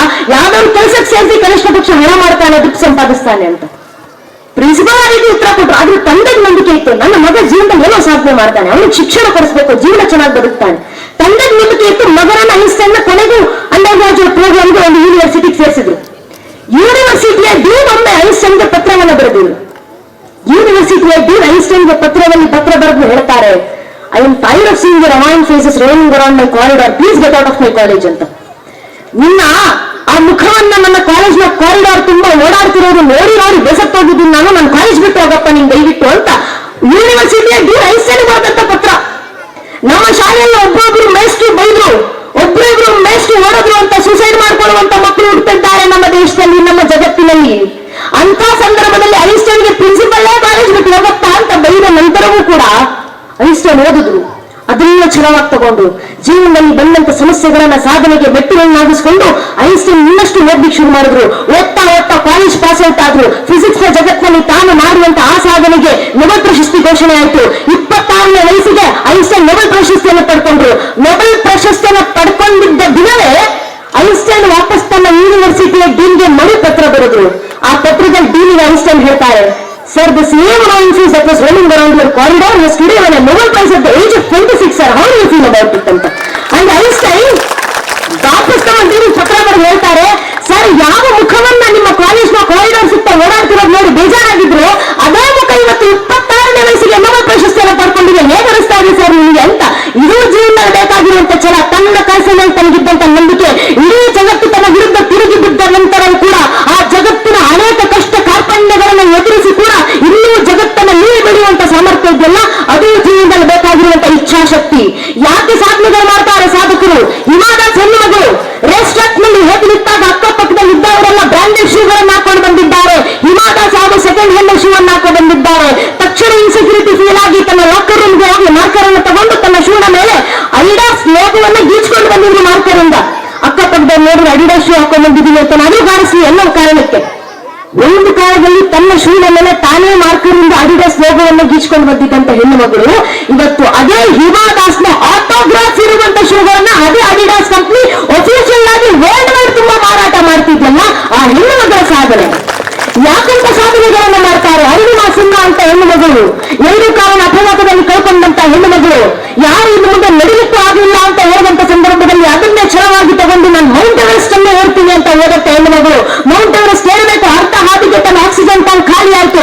ಅಕ್ಕಪಕ್ಕದಲ್ಲಿ ಇದ್ದವರೆಲ್ಲ ಇರೋದಮ್ಮ ಮುಂದೆ ಹೋಗ್ಲಿಕ್ಕಾಗೋದಿಲ್ಲ, ಅಲ್ಲಿ ಆಕ್ಸಿಜನ್ ಕಮ್ಮಿ ಇರುತ್ತೆ, ನೀನು ಆಕ್ಸಿಜನ್ ಟ್ಯಾಂಕ್ ಖಾಲಿ ಆಗಿದೆ, ಅಲ್ಲಿ ಹೋಗಿ ನೀನು ಸಾಯೋದೇ ನೀನು, ದಯವಿಟ್ಟು ವಾಪಸ್ ಹೋಗುವಂತ ಕೇಳಿದಾಗ ಅರುಣಿಮಾ ಸಿನ್ಹಾ ಅವರು ಹೇಳ್ತಾರೆ, ಅವ್ರದ್ದು ಒಂದು ಆಟೋಬಯೋಗ್ರಫಿ ಒಂದು ಪುಸ್ತಕ ಇದೆ, ಆ ಪುಸ್ತಕದಲ್ಲಿ ಅವರು ಬರೀತಾರೆ the mountain where I was Reborn, last everything and found it back ಅಂತ ಅವ್ರದೇ ಆಟೋಬಯೋಗ್ರಫಿ. ಅದ್ರಲ್ಲಿ ಅರುಣಿಮಾ ಸಿನ್ಹಾ ಅವರು ಬರೀತಾರೆ, ಎಲ್ಲರೂ ನನ್ನನ್ನು ವಾಪಸ್ ಹೋಗು ಅಂತ ಹೇಳಿದಾಗ ನಾನು ಅವ್ರಿಗೆ ಎಲ್ರಿಗೂ ಕೊಟ್ಟಿದ್ದು ಒಂದೇ ಒಂದು ಉತ್ತರ, ಮೌಂಟ್ ಎವರೆಸ್ಟ್ ಹತ್ತಿದ್ದಾಯ್ತು, ಅರ್ಧ ದಾರಿಗೆ ಬಂದಿದ್ದೀನಿ, ಬದುಕಿದ್ರೆ ಇಲ್ಲ ಬದುಕ್ತೀನಿ, ಸತ್ರು ಮೌಂಟ್ ಎವರೆಸ್ಟ್ ನ ಪೀಕಲ್ಲ ಸಾಯೋದು ನಾನು ಅಂತ ಛಲವನ್ನು ಹೊತ್ತು ನಾನು ನಡಿಲಿಕ್ಕೆ ಶುರು ಮಾಡಿದೆ ಅಂತ ಕೊನೆಗೂ ಮೌಂಟ್ ಎವರೆಸ್ಟ್ ಅನ್ನ ಏರಿ ಇಡೀ ಜಗತ್ತಿನಲ್ಲೇ ಮೌಂಟ್ ಎವರೆಸ್ಟ್ ಅನ್ನ ಸ್ಕೇಲ್ ಮಾಡಿದಂತ ಜಗತ್ತಿನ ಸೆಕೆಂಡ್ ಫೀಮೇಲ್ ಆಂಪ್ಯೂಟ್, ಭಾರತದ first female amputee to scale Mount Everest ಆಗಿ ಸಾಧನೆಯನ್ನ ಮಾಡಲಿಲ್ಲ ಅರುಣಿಮಾ ಸಿನ್ಹಾ. ಯಾಕೆ ಸಾಧನೆಗಳಾಗುತ್ತೆ? ಅವರಲ್ಲೊಂದು ಹಸಿವಿತ್ತು ಸ್ವಾಮಿ. ಜಗತ್ತಿನನ್ನ ವಿರುದ್ಧ ತಿರುಗಿ ಬಿದ್ದಿದೆ, ಜಗತ್ತಿನ ಜೊತೆ ಸರಿಸಾಡಲು ಪರವಾಗಿಲ್ಲ, ಜಗತ್ತೇ ಒಮ್ಮೆ ನನ್ನ ಸಾಧನೆಯನ್ನು ತಿರುಗಿ ನೋಡುವ ರೀತಿಯಲ್ಲಿ ಜಗತ್ತಿನನ್ನು ನೋಡುವ ರೀತಿಯಲ್ಲಿ ಸಾಧನೆ ಮಾಡ್ತೀನಿ. ಆ ಹಸಿವು ನಮ್ಮ ಮಕ್ಕಳಲ್ಲಿ ಬರಬೇಕಾಗಿದೆ. ಎಷ್ಟೋ ಜನ IAS-ಗಳು, ನೀವು ಯಾವತ್ತಾದ್ರೂ UPSC ಎಕ್ಸಾಮ್ ನ ರಿಸಲ್ಟ್ ಗಳು ಬರುತ್ತಾರೆ, ಅದನ್ನು ತೆಗೆದು ನೋಡಿ. ಎಷ್ಟೋ ಜನ IAS IPS ಮಕ್ಕಳೇ UPSC ನ ಕ್ರಾಕ್ ಮಾಡ್ಲಿಕ್ಕೆ ಆಗಿರೋದಿಲ್ಲ. ಅಂತ ಸಂದರ್ಭದಲ್ಲಿ ಯಾರೋ ಸಾಮಾನ್ಯ ಆಟೋ ಡ್ರೈವರ್ನ ಮಗಳು ಬಂದು IAS ಆಗ್ಬಿಟ್ಟಿರ್ತಾರೆ. ಏನಾಗ್ತಾರೆ? ಅವ್ರ ಇಂಟರ್ವ್ಯೂಗಳನ್ನ ಕೆಳಗಡೆ ಅವರು ಅದನ್ನೇ ಹೇಳೋದು, ನನಗೊಂದು ಹಸಿವಿತ್ತು, ಜೀವನದ ಕಷ್ಟಗಳನ್ನು ನೋಡಿದ್ದೀನಿ, ನಾನು ನನ್ನ ತಂದೆ ಪಟ್ಟಿರುವ ಕಷ್ಟಗಳನ್ನು ನೋಡಿದ್ದೀನಿ, ನನ್ನ ತಾಯಿ ಅನುಭವಿಸಿರುವಂತ ಕಷ್ಟಗಳನ್ನು ನೋಡಿದ್ದೀನಿ, ಇನ್ನು ಮುಂದೆ ನಾನು ತಂದೆ ತಾಯಿ ಜೀವನದಲ್ಲಿ ಒಮ್ಮೆ ಕೂಡ ಕಣ್ಣೀರು ಹಾಕಬಾರ್ದು ಅನ್ನೋ ಹಸಿವು ನನಗಿತ್ತು ಸರ್. ಆ ಹಸಿವು ನನ್ನಿಂದ ಸಾಧನೆಯನ್ನ ಮಾಡಿಸ್ತು ಅಂತ. ಆ ಹಸಿವು ನಮ್ಮ ಮಕ್ಕಳಲ್ಲಿ ಬರಬೇಕಾಗಿರೋದು, ಕಷ್ಟಗಳನ್ನು ಜೀವನದಲ್ಲಿ ತೋರಿಸಬೇಕು, ಜೀವನದ ಸತ್ಯಾಸತ್ಯತೆಯನ್ನು ಮಕ್ಕಳಿಗೆ ತೋರಿಸ್ಕೊಡ್ಬೇಕು, ಜೀವನ ಏನು ಅನ್ನೋದನ್ನ ನಾವು ಕಲಿಬೇಕು. ಅದನ್ನ ಇಚ್ಛಾಶಕ್ತಿ ಇದ್ದ ಹುಚ್ಚ ಕೆಲಸ ಮಾಡ್ತಾನೆ ಅಂತ ಹಿರಿಯರು ಹೇಳ್ತಾ ಇದ್ರು. ಇಚ್ಛಾಶಕ್ತಿಯನ್ನು ಅಗ್ನಿ ಅಂತ ಕರೆಯೋದು, ಆ ಅಗ್ನಿ ನಮ್ಮ ಮನಸ್ಸಿನಲ್ಲಿ ಇರುವಂತ ಅವಶ್ಯಕತೆ ಇದೆ. ಇಡೀ ಜಗತ್ನಲ್ಲೇ ಬರುವಂತ ಪ್ರಥಮ ಪುಸ್ತಕ ಯಾವುದು ಅಂತ ನಾವು ಕೈ ಮಾಡಿದ್ವಿ, ಋಗ್ವೇದದ ಕಡೆ. ಲಕ್ಷಾಂತರ ವರ್ಷಗಳಿಂದ ಜಗತ್ತಿನಲ್ಲೇ ಸೃಷ್ಟಿಯಾದಂತ ಜಗತ್ತಿನ ಪ್ರಥಮ ಪುಸ್ತಕ ಋಗ್ವೇದ. ಆ ಪ್ರಥಮ ಪುಸ್ತಕದ ಪ್ರಥಮ ಮಂಡಲದ ಪ್ರಥಮ ಸೂಕ್ತದ ಪ್ರಥಮ ಮಂತ್ರ ಅಗ್ನಿಯನ್ನ ಆರಾಧಿಸಿದ ಪ್ರಥಮ ಮಂತ್ರದಲ್ಲಿ. ಯಾವ ಅಗ್ನಿ? ಅಡಿಗೆ ಮರದಲ್ಲಿ ಹಚ್ಚುವಂತ ಅಗ್ನಿ ಅಲ್ಲ. ವರ್ಷದ 365 ದಿನ, ವಾರದ 7 ದಿನ, ಗಂಟೆ 60 ನಿಮಿಷಗಳು, ನಿಮಿಷದ 60 ಸೆಕೆಂಡ್ಗಳು, 1 ಸೆಕೆಂಡಿನ 60 ಮಿಲಿ ಸೆಕೆಂಡ್ ಕೂಡ ನಮ್ಮ ಮನಸ್ಸಿನಲ್ಲಿ ಆ ಇಚ್ಛಾಶಕ್ತಿ ಅಗ್ನಿ ಅಂತ ಧಗಧಗಿಸ್ತಾ ಇರಬೇಕು ಅಂದ್ರಲ್ಲ, ಆ ಇಚ್ಛಾಶಕ್ತಿ ಎಂಬ ಅಗ್ನಿಯನ್ನು ಆರಾಧಿಸ್ತಂತೇವರು ನಾವು. ಆ ಅಗ್ನಿ ನಮ್ಮ ಮನಸ್ಸಿನಲ್ಲಿ ಇರುವಂತ ಅವಶ್ಯಕತೆ ಇದೆ. ಕೃಷ್ಣ ಜುರುವಾದ ಮಾತು, ಅಗ್ನಿ ಚಗ್ಗಂ ಬರತಃ. ಭಾರತೀಯರೇ ಅಗ್ನಿ ಅಂತ ತಯಾರಾಗಿ ಬನ್ನಿ, ನಿಮ್ಮಲ್ಲಿರುವಂತ ಸಾಮರ್ಥ್ಯ ಅರ್ಥ ಮಾಡ್ಕೊಳ್ಳಿ. ಎಂಥ ಸಾಮರ್ಥ್ಯ ನಮ್ಮಲ್ಲಿರೋದು? ಗುರುಗಳಿಗೆ ಒಂದು ಪ್ರಶ್ನೆ ಕೇಳ್ತಾರೆ ಗುರುಗಳು ಶಿಷ್ಯನ ಹತ್ರ, ನಿನ್ನಲ್ಲಿ ಎಷ್ಟು ಸಾಮರ್ಥ್ಯ ಇದೆಯಪ್ಪ ಶಿಕ್ಷಣವನ್ನು ಪಡಿಲಿಕ್ಕೆ? ನಿನ್ನಲ್ಲಿರುವ ಸಾಮರ್ಥ್ಯ ಯಾವುದು? ವಿದ್ಯಾರ್ಥಿ ಗುರುವಿಗೆ ಉತ್ತರ ಕೊಡ್ತಾರೆ, ಅಯಮ್ಮೆ ಹಸ್ತು ಭಗವಾನ್ ಅಯಮ್ಮೆ ಭಗವತ್ತರ. ಗುರುಗಳೇ, ಭಗವಂತನಾಗುವ ಸಾಮರ್ಥ್ಯ ನನ್ನ ಎಡಗೈಯಲ್ಲಿದೆ, ಇನ್ನೊಂದು ಬಲಗೈಯಲ್ಲಿ ಎಷ್ಟು ಸಾಮರ್ಥ್ಯ ಇದೆ ಅಂತ ಏನು ಹೇಳಿ ನಿಮಗೆ ನಾನು ಅಂತ. ಒಬ್ಬ ಮನುಷ್ಯನಷ್ಟು ಸಾಮರ್ಥ್ಯ ಇದೆ.